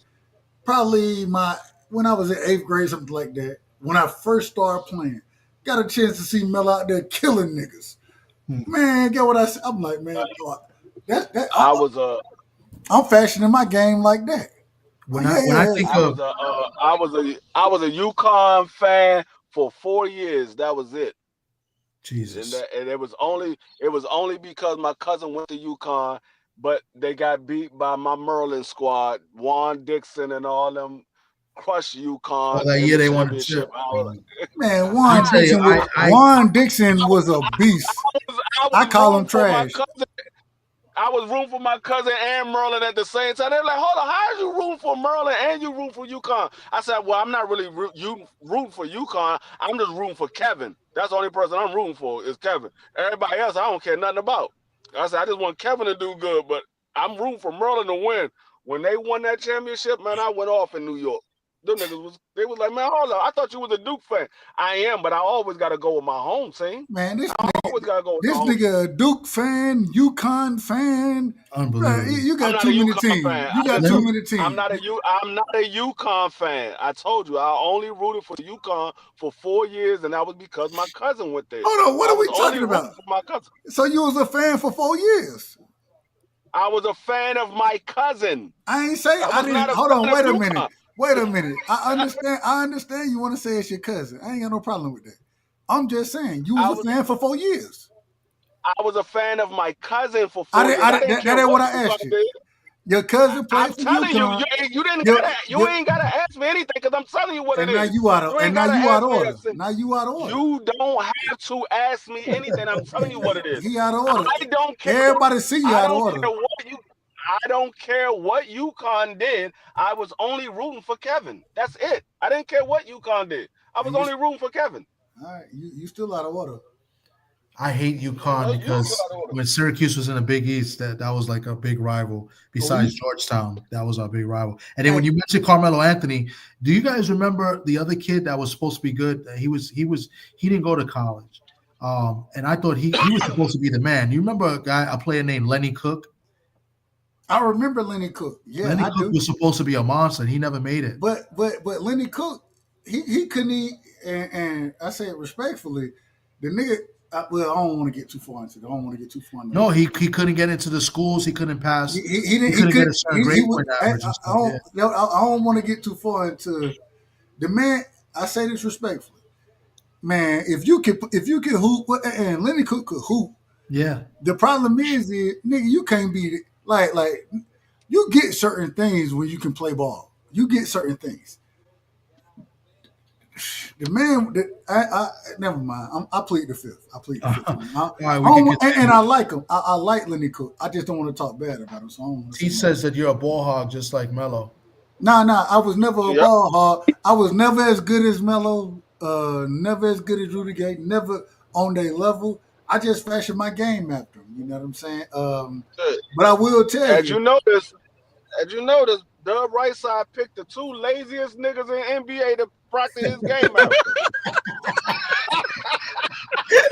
There's some lazy Negroes to pick that want to play like. Are we crazy? Hold on, wait a minute, Melo. Hold on, y'all. See, Melo was fat as hell in that and this is how I know y'all niggas don't know shit about basketball. Go listen to anybody who played with either one of them guys, and they will tell you the hardest working. Go listen to. That's not what Hold on, brother. Hold on, brother. You out of order. Since this is what we're gonna do. And I got time tonight. I got plenty of time.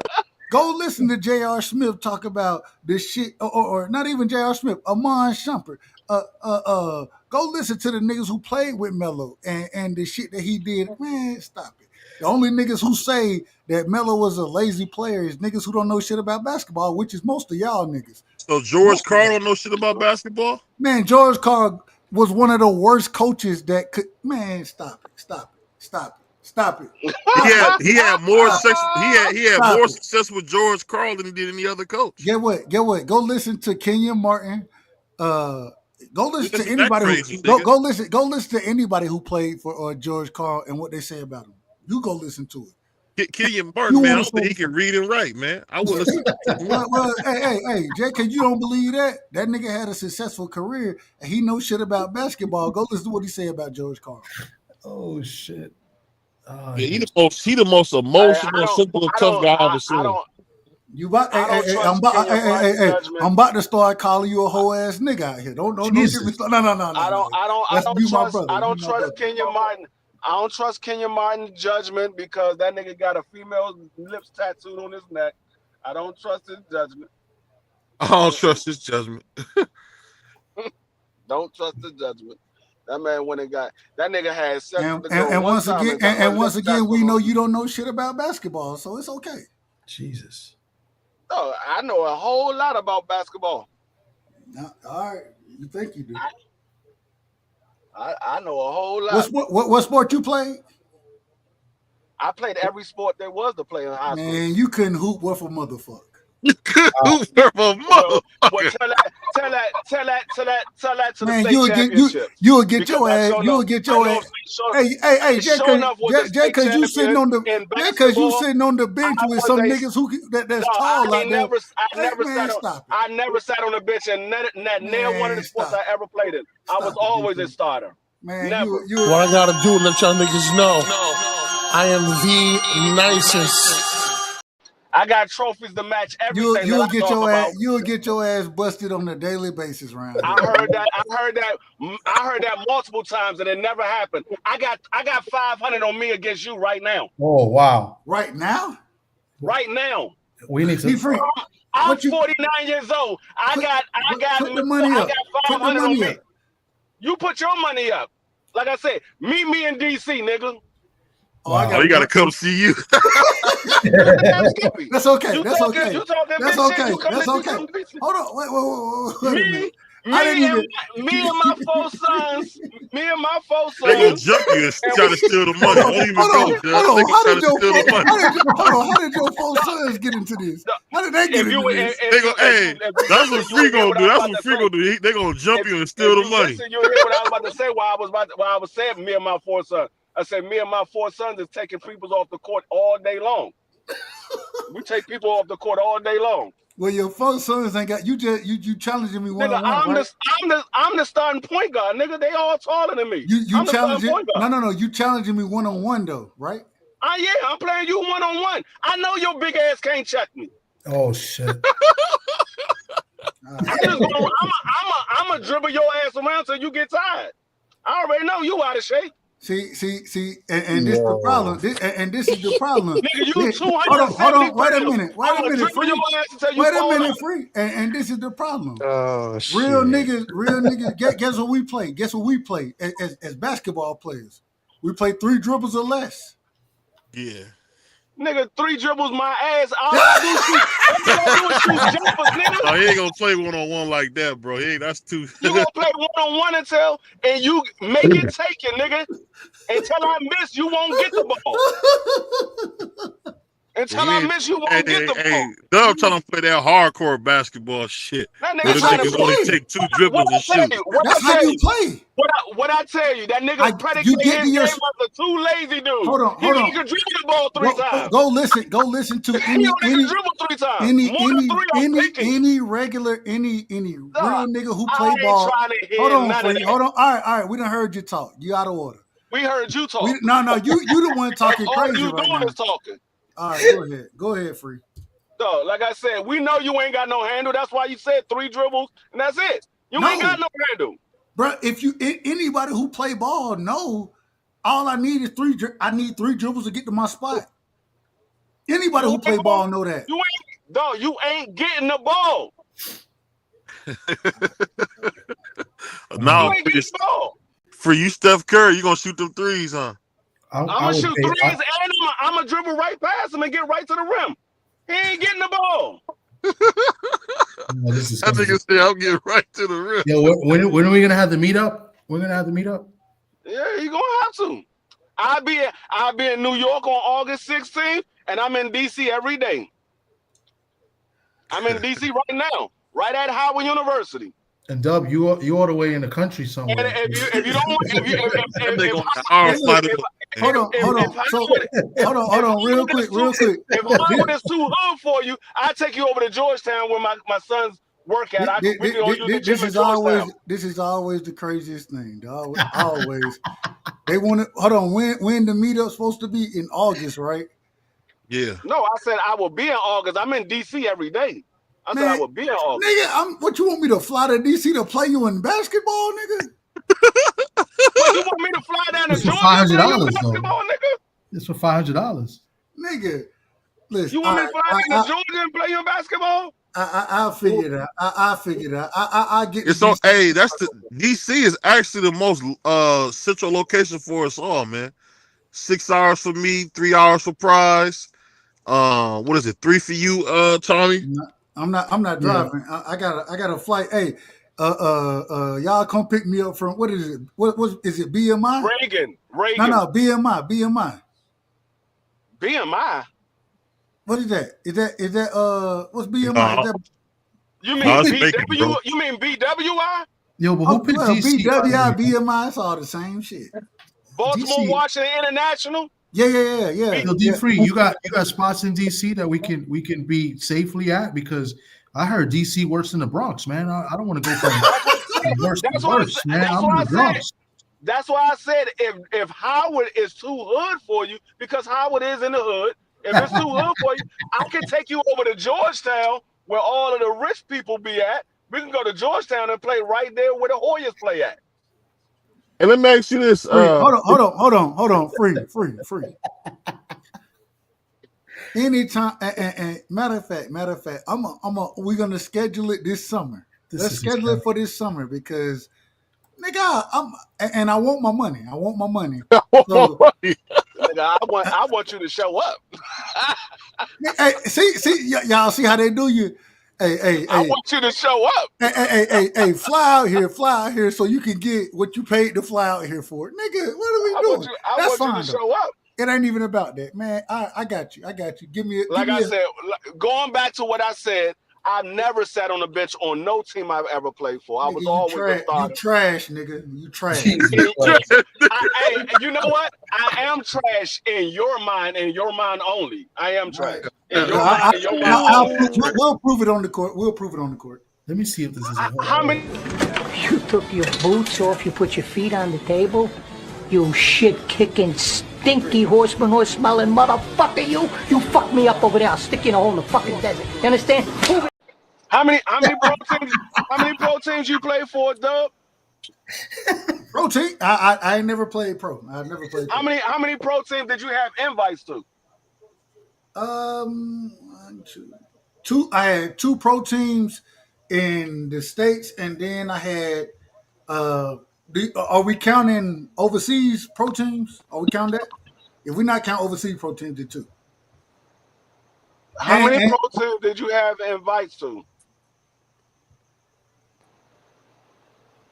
Include Italy. Italy really where I had pro invites at. Probably five teams. Wait, you didn't go to Italy? Why didn't you go? You didn't go? I told you. We done had this conversation. I fucked my knee up. Yeah. Exactly. I knew. Oh why. shit! Exactly. That's why three dribbles or less. Knee. I'm gonna force you up right on that damn knee. I knew exactly. Oh, here we go. See, you saw my posters right on that damn. I'm gonna make sure you break that knee. Oh man, I'm gonna lay on that. You gonna be looking like Michael Jordan while Allen Iverson went past him. Hey, do your knee hurt when you get in the defensive stance? Nah, it as long as it ain't cold, bro. As long as it ain't cold, I'm good. Shit! Can you dunk up? I can still dunk today, absolutely. Oh man. Yo, Free gonna take us to a cold ass gym. Yo, I want to record it. Am I allowed to record it when I watch this game? Can I record it? Oh man. Yeah, go ahead. I'm gonna record you guys playing and I'm posting it. Hey, this could go viral. BBO's gonna do commentating. Yo, BBO, you do the commentating. Hey, because if I know Dub, he gonna post Free's ass up because Free only 5'10", so that's like mouse in the house. But BVO OG, if Free get the ball first, he got to play defense and get the ball. I know, unless Free is like Steph Curry, once Dub get the ball, no matter what happened, it's over. And guess where I eat at? I eat in the mid range. That's where I eat at. Nigga, you eat at the buffet. Hey, at $500, I'm taking the nigga right to the cup, nigga, every time. That nigga eat at the buffet. That's why he 270. Oh man, he trying to call OG Dub a lineman now. Hey. I guarantee. Y'all put y'all money up. All I'm saying is, I just want my money. I want my money in cash. I want it in cash. I just want my money in cash. That's it. No. Free, that's fine. I just want it in cash.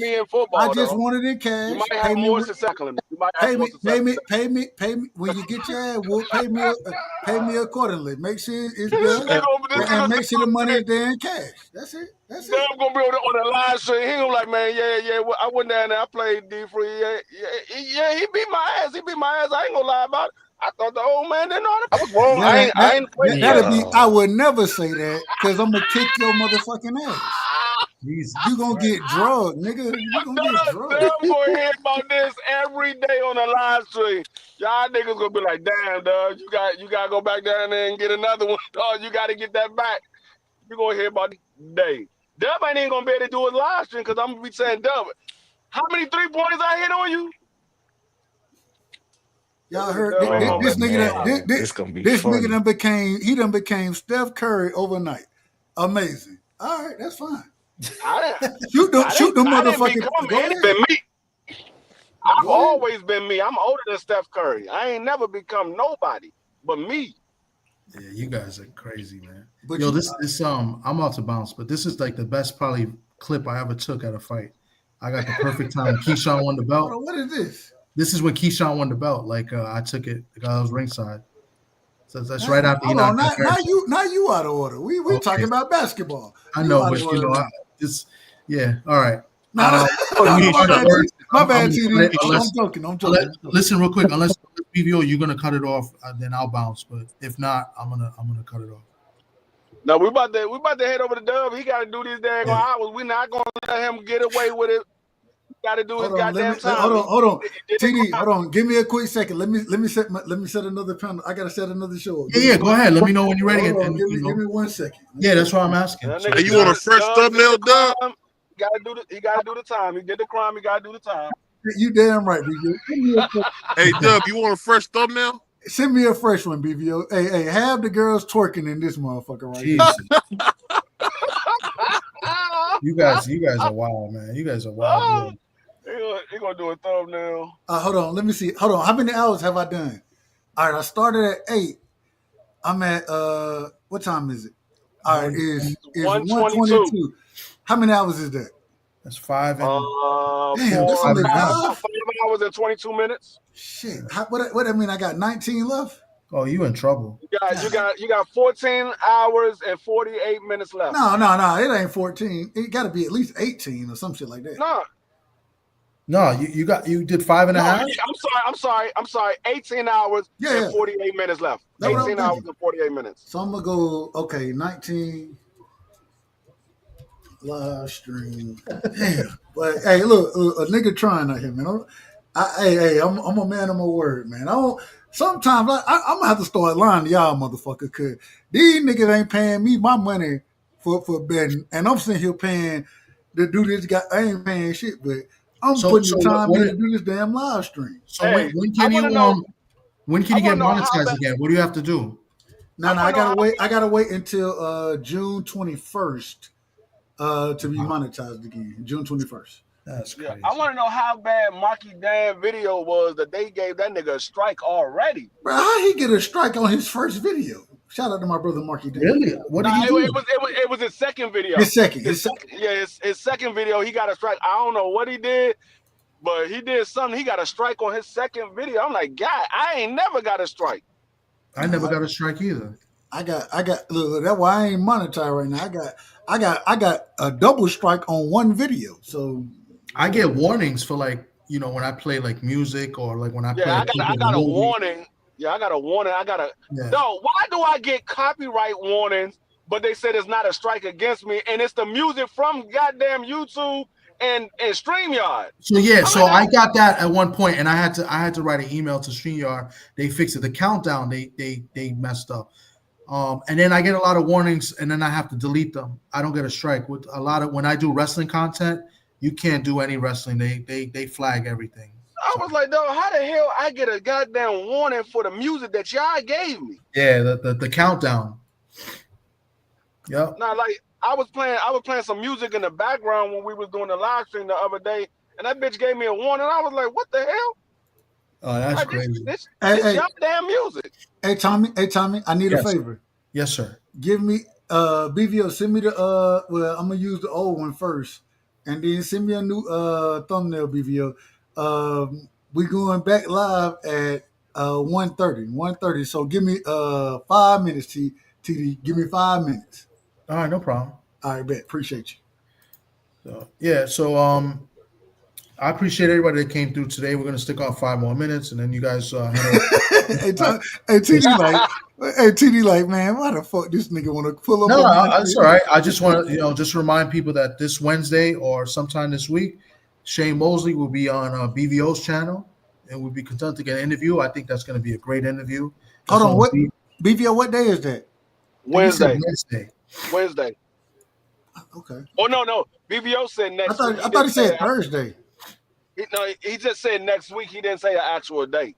Okay. I think he said Wednesday in the text. Well, shit. Yeah, I thought it was Wednesday, but when I looked at it, I didn't see an actual date. So it might be Wednesday. So real quick, I want to let y'all know the next show we about to have, we will be talking everything conspiracy wise. Jesus. I gotta find my brother Crush because I'm supposed to be interviewing. He in the chat. Crush in the chat. Oh, Crush! I thought you were talking about Cash. No. I was talking about Crush. So we will be talking everything conspiracy next. Hey, we didn't already talk boxing for however long we didn't talk it. 3 hours now. Shout out to my brother. So we will be talking everything conspiracy. We will be talking to Amazon. We'll be talking, man, we talking everything conspiracy shit. I'm just trying to put this shit together, goddamn together. That's it. I'm gonna just be honest with you. I ain't Oh, gonna you lie know to what? you. It was a conspiracy joint that I wanted to send you, Dub. I wanted to send you this video. It was something that I was watching the other day. I gotta go back and look at it. I gotta go on my timeline and look at it. It was something I was watching up there. I said, I know Dub want to see this. I know Damn. Dub want to see this. Hey, find it, and we'll do it again. I got you, T. Okay. Hold on, let me see what the link here right here. That's this week we got that. Thursday is the press conference for Shakur and Berlanga. I'm hoping I get approved to be there. It's going to be in Times Square, so I'll probably, if I get approved, I'll be at that press conference. What's coming up? We're only in the beginning of May. We got fights this weekend. Not big fights, but good competitive fights. So be interesting. I might be on Sunday again. So Sunday I'll be on the radio. I'm on the Ring Talk Worldwide radio. Keith Cologne's going to be on the radio show with us, and then I asked Ishe to do the show with us for Sunday, because I'm gonna try to do a show on Sunday afternoon. The series of Ring Talk with a Professional. So the goal is to have Ishe as the second episode. So Hey, he's gonna, Thomas, did you get your tickets yet for the 21st? No, I didn't make the decision yet. I told Nim that I'll let him know this Thursday. Yeah, so when I let him know, I'll ask you if you're down, and then I'll see how much of the tickets. Okay. Yeah. So I filled out a credential for it, but it's not through Top Rank, which is weird. It's through the Prudential Center. So, but they be funny. So I'm not, but I know once I get in, that there's a shot that I, get access somehow, because I know some people that will get it. So, but we'll see what's up. But I haven't made that decision yet. I have to figure out what I'm And doing. don't give me no tickets that's all the way in the nosebleed and you sitting ringside, nigga. No, I wouldn't do that. I don't do that. Ask. Where you sitting at? Oh, No, I would ask BC. Why the hell you give me tickets all the way up here? No, I would never do that. BC knows. BC came to a fight with me, and he was up there.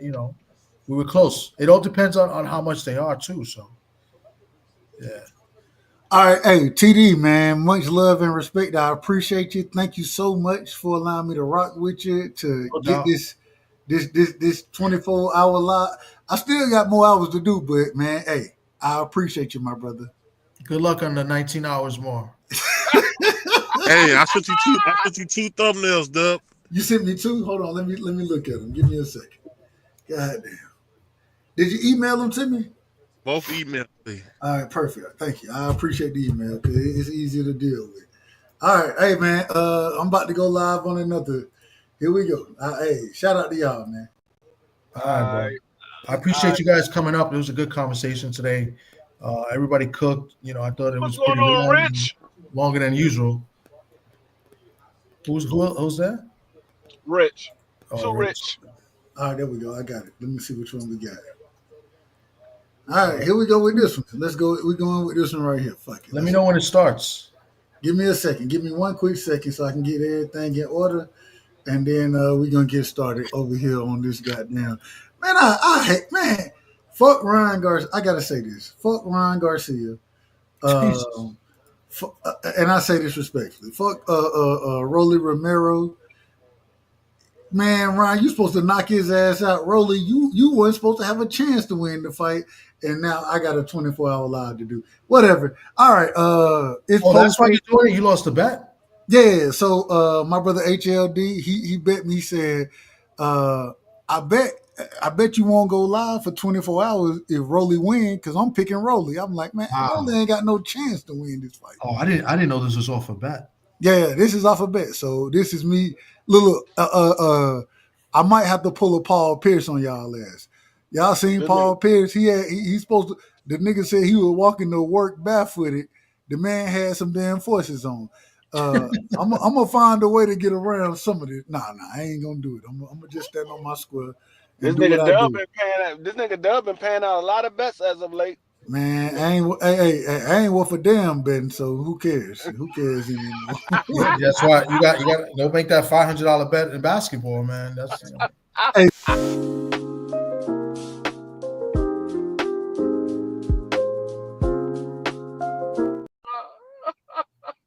BVO had to do a cheap plug real quick. What's wrong with you? Oh, Dub just bounced. Yeah, Dub just went live. All right, y'all. I'm about to go to Magic City. Over there. What? I still going over the Dub right side. Check us out over there. Shout out to TD Sports. Shout out to the Sports Talk Network. There we go. Later. What's Prize? Prize, you good? He's sleeping. All right. Peace, everybody. Hope everybody has a good night. Happy Mother's Day to all your mothers out there.